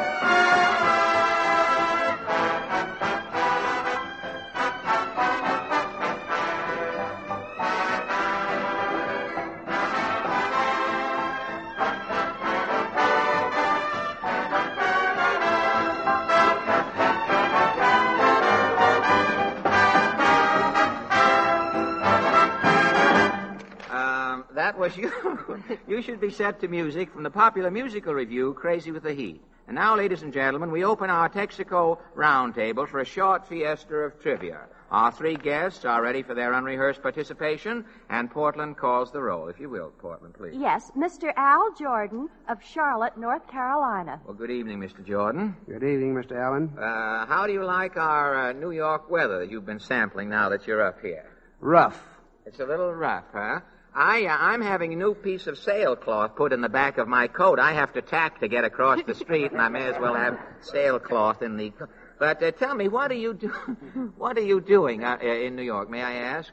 Attending the International Convention of Beauty Shop Owners. The beauty shop owners at... Do you think these are all clients of yours or brother visitors to the convention? Delegates at large. I hope they're clients. Well, we'll lock the doors, Mr. Jordan, and give you a chance at them before they get out of here. But tell me, what is the purpose of your beauty convention, if I may ask? Teaching the beauticians the new hairstyling. I saw yesterday in the paper that they've invented a cold water permanent wave now. Is that right? That's correct. Well, what's the difference between a cold water and the ordinary permanent wave? Will it last just as well? That I can't answer.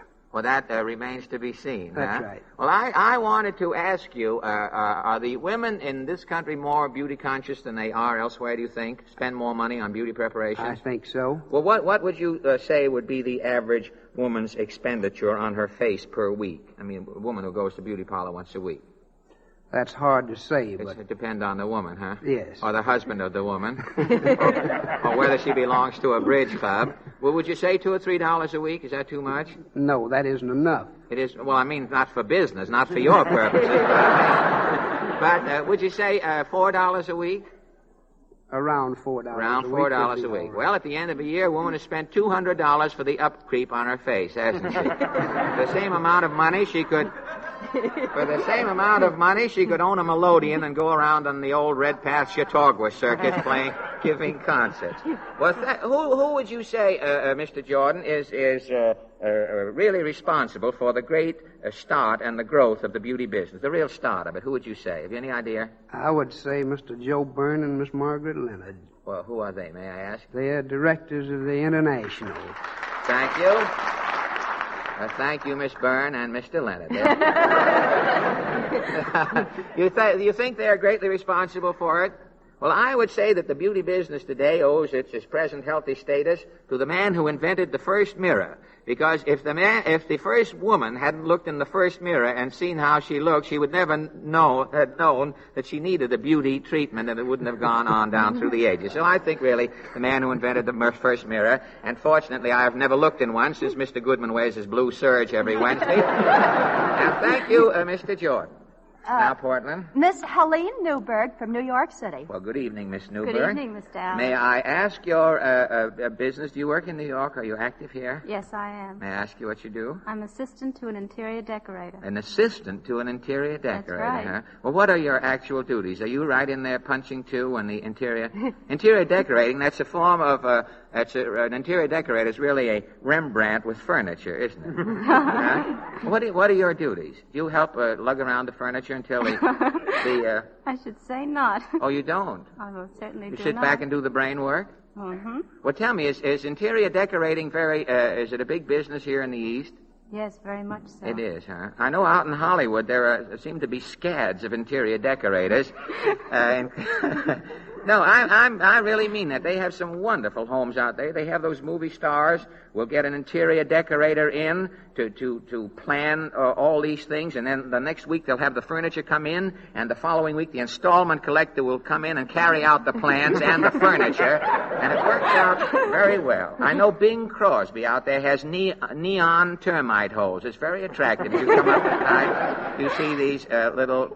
Well, thank you a lot, Miss Newberg. Don't mind me. If I doze off, wake me up. Have the forum wake me up. All right, Portland. The next gentleman is Lieutenant Bernie Lay from Berkeley Springs, West Virginia. Berkeley Springs, is it? More spring jokes on the program. Well, Lieutenant, may I ask you, are you active in some branch of the service? I'm a First Lieutenant Air Corps Reserve. Oh, Reserve. Right now I'm on inactive status. I've been working out in Hollywood. Well, what are you doing in New York? I'm here as a guest of Paramount for the world premiere of I Wanted Wings next Wednesday at the Astor. Oh, we would have found out what theater it's at, Lieutenant.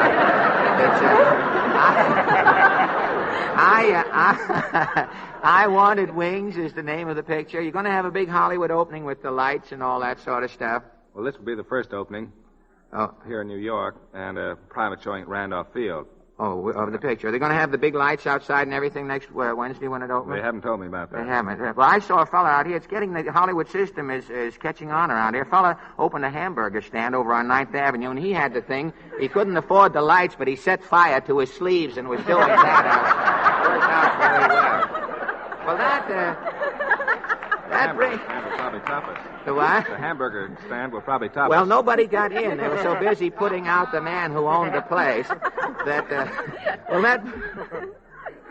that brings us to our question. You know this business isn't going to last, Lieutenant. I mean, you look...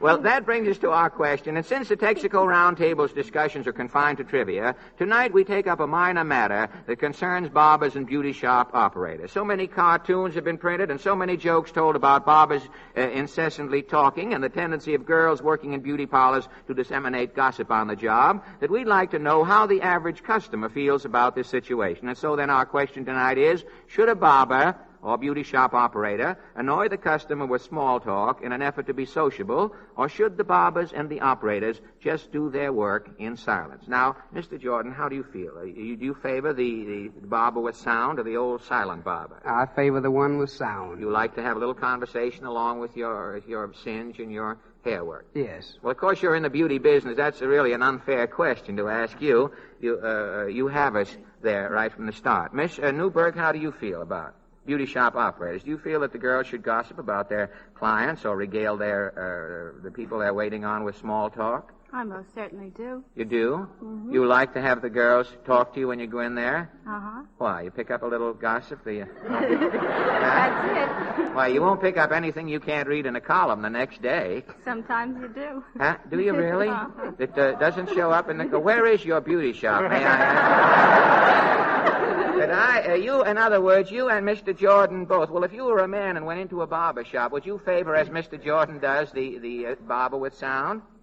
I certainly You don't just like to go in and mind your own business and have your hair waved, the new cold water wave that Mr. Jordan spoke about. You like to have company and a little fat chewed while it's going. Well, Lieutenant, how do you feel on the barber question?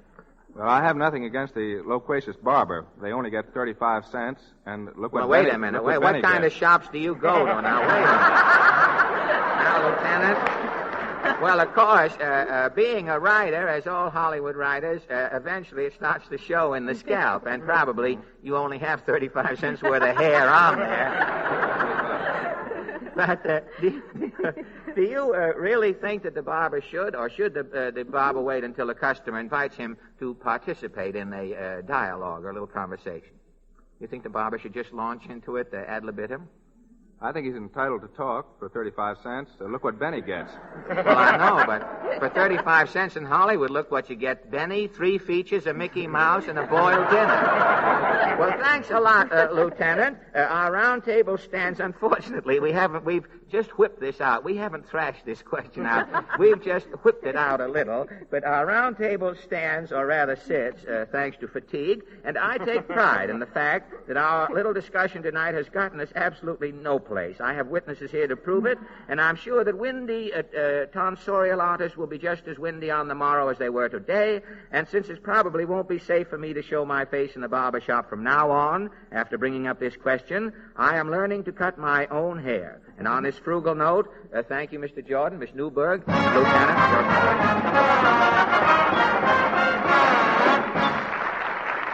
And now we return you to Kenny Baker. Kenny is leaving tomorrow for Chicago, where he is singing next Sunday with the Chicago Women's Symphony Orchestra. All Kenny Baker fans are hereby invited to tune in for Kenny's concert next Sunday afternoon. And now, to sort of warm up, Kenny sings for us, Nobody Knows the Trouble I've Seen.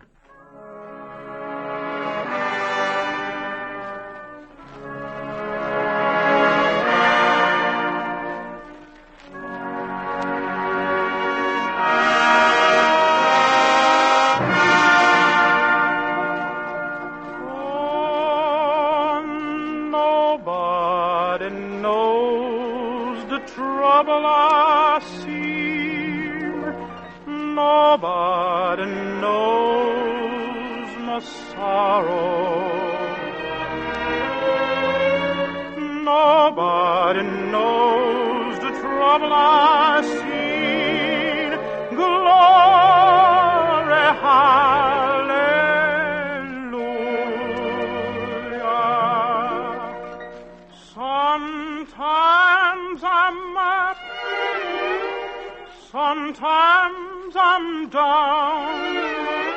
Oh, yes, Lord.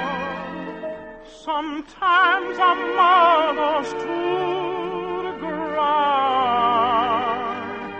Oh, yes, Lord. Oh, nobody knows the trouble I've seen. Nobody knows my sorrow. Nobody knows the trouble I see. Glory, hallelujah.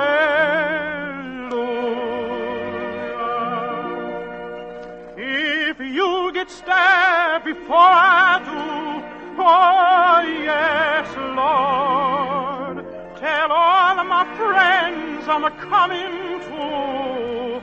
Oh, yes, Lord.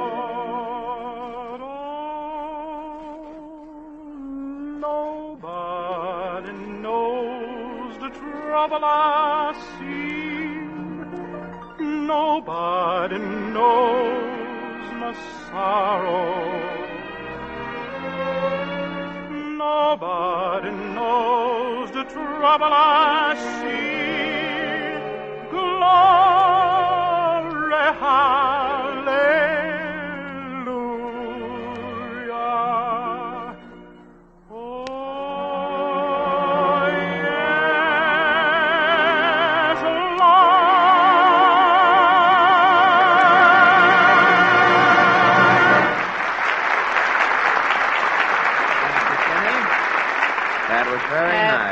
Mr. Allen, can I borrow your storm? Borrow my storm? Yeah, I'm Quigley, sound effects man in Studio 3. Well, We're putting on Orphans of the Storm. We got the orphans, but the storm machine is busted. Oh, your storm effect doesn't work? Not good. You know how a storm ought to sound? Something like this. Woo! Woo! Well, how does your storm sound?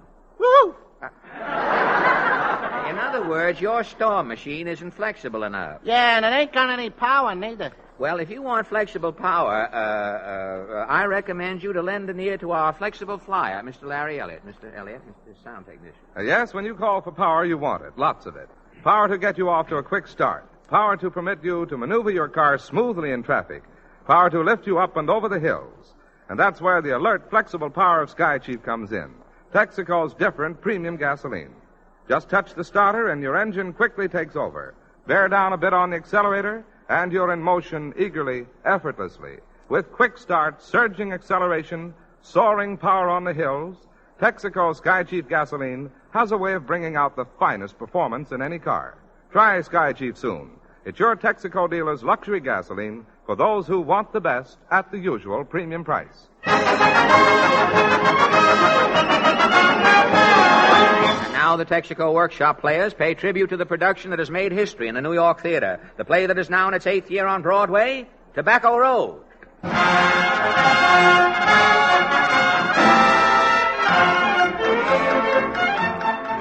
On October 3rd, 1933, the play Tobacco Road opened unheralded in New York City. The story of a shiftless folk and their hillbilly trials and tribulations became a smash hit. Since 1933, Tobacco Road has been played in 247 cities and 41 states by touring companies. Darrell F. Zanuck's great picture version of Tobacco Road has recently been released, and the original New York company is still playing to capacity business here in its 8th year. Its attendance record... Tobacco Road is played to 2 million grad, 40 deedled off board-bone people. Its receipts... Tobacco Road is gross, $12 trouble dollars, and 15 cents.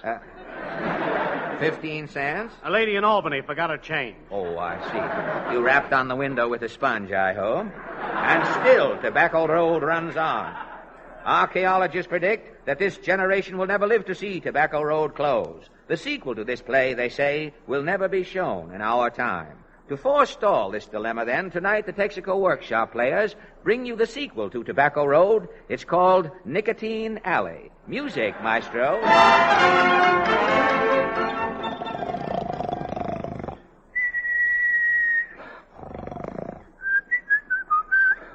Teeter! Teeter Fester, wake up! Dog, dead, lazy old coot, wake up! What's new, Ma? Everything's new and everything's up but you. Everything's, what time is it? It's spring. Spring, What year? 1941. 41. You mean 31, don't you? I said 41. 41's what I mean. You've been sleeping 10 years. 10 years? Jeepers. What's been going on, Ma? Who's president? He still is. He is. Where's old Granny Fester? Granny passed on back in 33. Oh, too bad. Where's Gramp? Oh, Gramp didn't bother coming back. Coming back from where? The cemetery. Gramp was 94 and his shoes was undone. Gramp said it wasn't worth his while to come home again. No, long as his shoes was undone, he's out there. Gramp saves himself a trip. Well, where's the kids? What kids? Our kids, remember? Oh, them. Big Sadie run off with a medicine show. I knowed that'd happen. Big Sadie was always sickly. Yeah. What about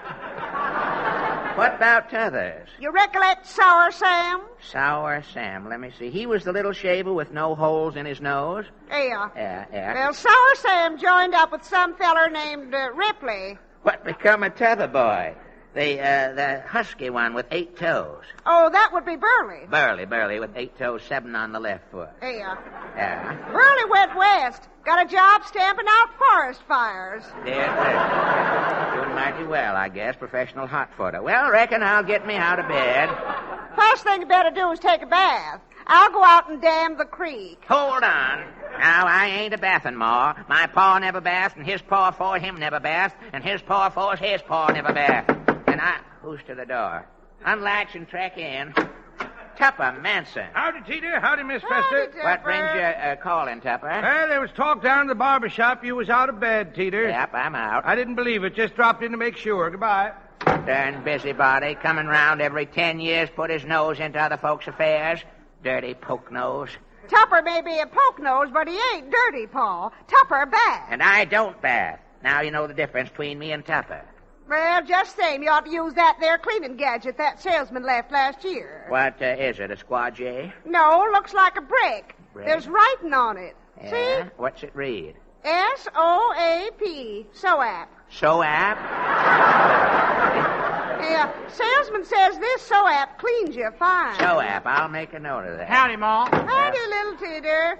Hey, who's this here Rube, Ma? This here's your paw, little Teeter. No kidding. Don't you know your own paw, son? I didn't recognize you standing up, Pa. What you been up to, son? You smell of sachet. I've been out sweet talking love to Hatfield, Ma. Sweet talking, you ain't gone calico mad, son. Well, I did give Lovey a piggyback ride down to our drugstore. Son, you didn't go into that drugstore. Lovey made me, Ma. What went on in that drugstore, son? Out with it. Well, your pa's speaking to you, son. What went on in that drugstore, that iodoform den? Well, I bought Lovey a Coca-Cola with one straw, and we just took turns. A son of mine alternating on a Coca-Cola? You only 35, son, and alternating? Alternating and only 35. The devil must have been in me, Ma. Well, tell me the worst, son. Was the Coca-Cola with lime? Pa. The truth, son. Was it with lime?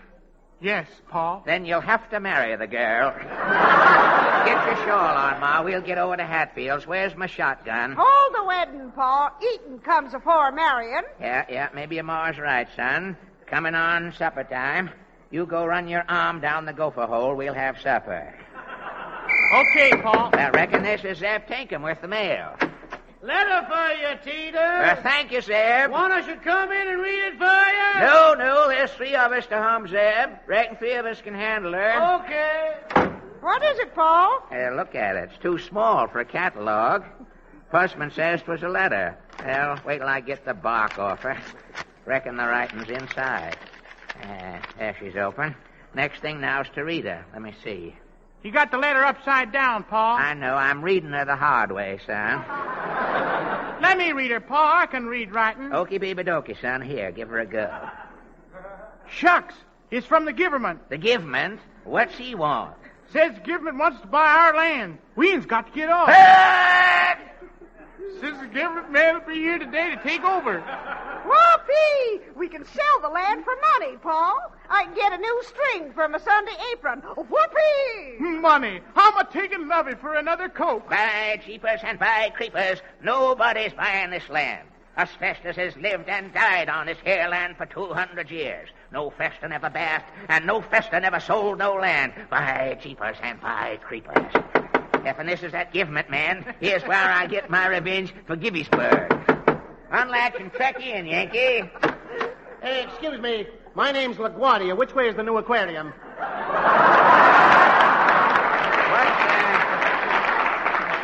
What's the aquarium? This is where we're building it. Isn't this Bronx Park? This is Ozark County, Tennessee. Darn that 6th Avenue subway. No wonder the little man gets lost. Can't see nothing from out under that hat. Why don't you sell him the land? No, by jeepers and by the creepers. I was born on this here land, and I'm dying on this land. By jeepers and by creepers. This must be Mr. Government now. It's government. Unlatch and trek in, government. Peter Fester? What's it to you? I'm from Washington, from the government. What government? I'm here to buy this property. Well, 'tain't for sale, mister. You've got to sell, Fester. The government is building a training camp here on your land. Training camp? You going to put in trains on the land like a depot, mister? No, Rube. The government is training men. It's the draft. Sounds daffy. Men training to sit in a draft. It's the Army draft, lady. Haven't you yokels heard about the war? I thought the war's over when Dewey took Manila that time. Look, I haven't got time to explain the world situation, folks. Here's a check for your land, now beat it. No, by jeepers and by creepers. Us Festers has been living on this land for 200 years. We ain't aiming to move. Oh, this farce has gone far enough. Yeah. If you hillbillies don't get off this land, Mr. Big will put his foot down. Threatening won't get you no place, stranger. I'll handle you and Mr. Big off the land. Oh, yeah? If you think Mr. Big is joking, I'll just tack this poster on your door here. Yeah? There. That's your official notice, Fester. Good. That's Mr. Gibbon, and good riddance to you, Gibbon. What's this writing say, Ma? Let me see. Gibbon says, Gibbon by jeepers and by creepers. Hitch the mule, Ma. What's up? Pack the Sears Roebuck catalog, son. We're getting off in the land. But, Pa, you swore you'd stay. I know, Ma, but no Fester can stand the penalty that Mr. Biggs writ on that there paper. What's Mr. Big allow? It says anybody obstructing the construction of this army camp will find himself in hot water. Hot water? They're threatening me with a bath, Ma, and I can't take it. By jeepers and by... Thank you, and now just a nightcap word from Larry Elliott. The next few moments are devoted to the entire petroleum industry by the Texas Company. You may call it petroleum or just simply oil, but no other single resource in so short a period of world history has played so great a part in building a nation like the industrialized and mechanized America of today. And now, as America mobilizes, our available supply of oil, the lifeblood of our democratic economy and defense, is the greatest in our history. Through research, exploration, and scientific production, the petroleum industry has planned and is now prepared to meet not only the daily demands of our civilian life, but every demand of America's defense program. Thank you, Larry, and thank you, ladies and gentlemen, for driving by and parking at the Texaco Star Theater tonight. Remember, we'll save a parking space for you next Wednesday evening. This is Fred Allen saying good night for the more than 45,000 Texaco dealers from coast to coast and inviting you to drive in anytime. Remember, you're welcome. Good night. This is the Columbia Broadcasting System.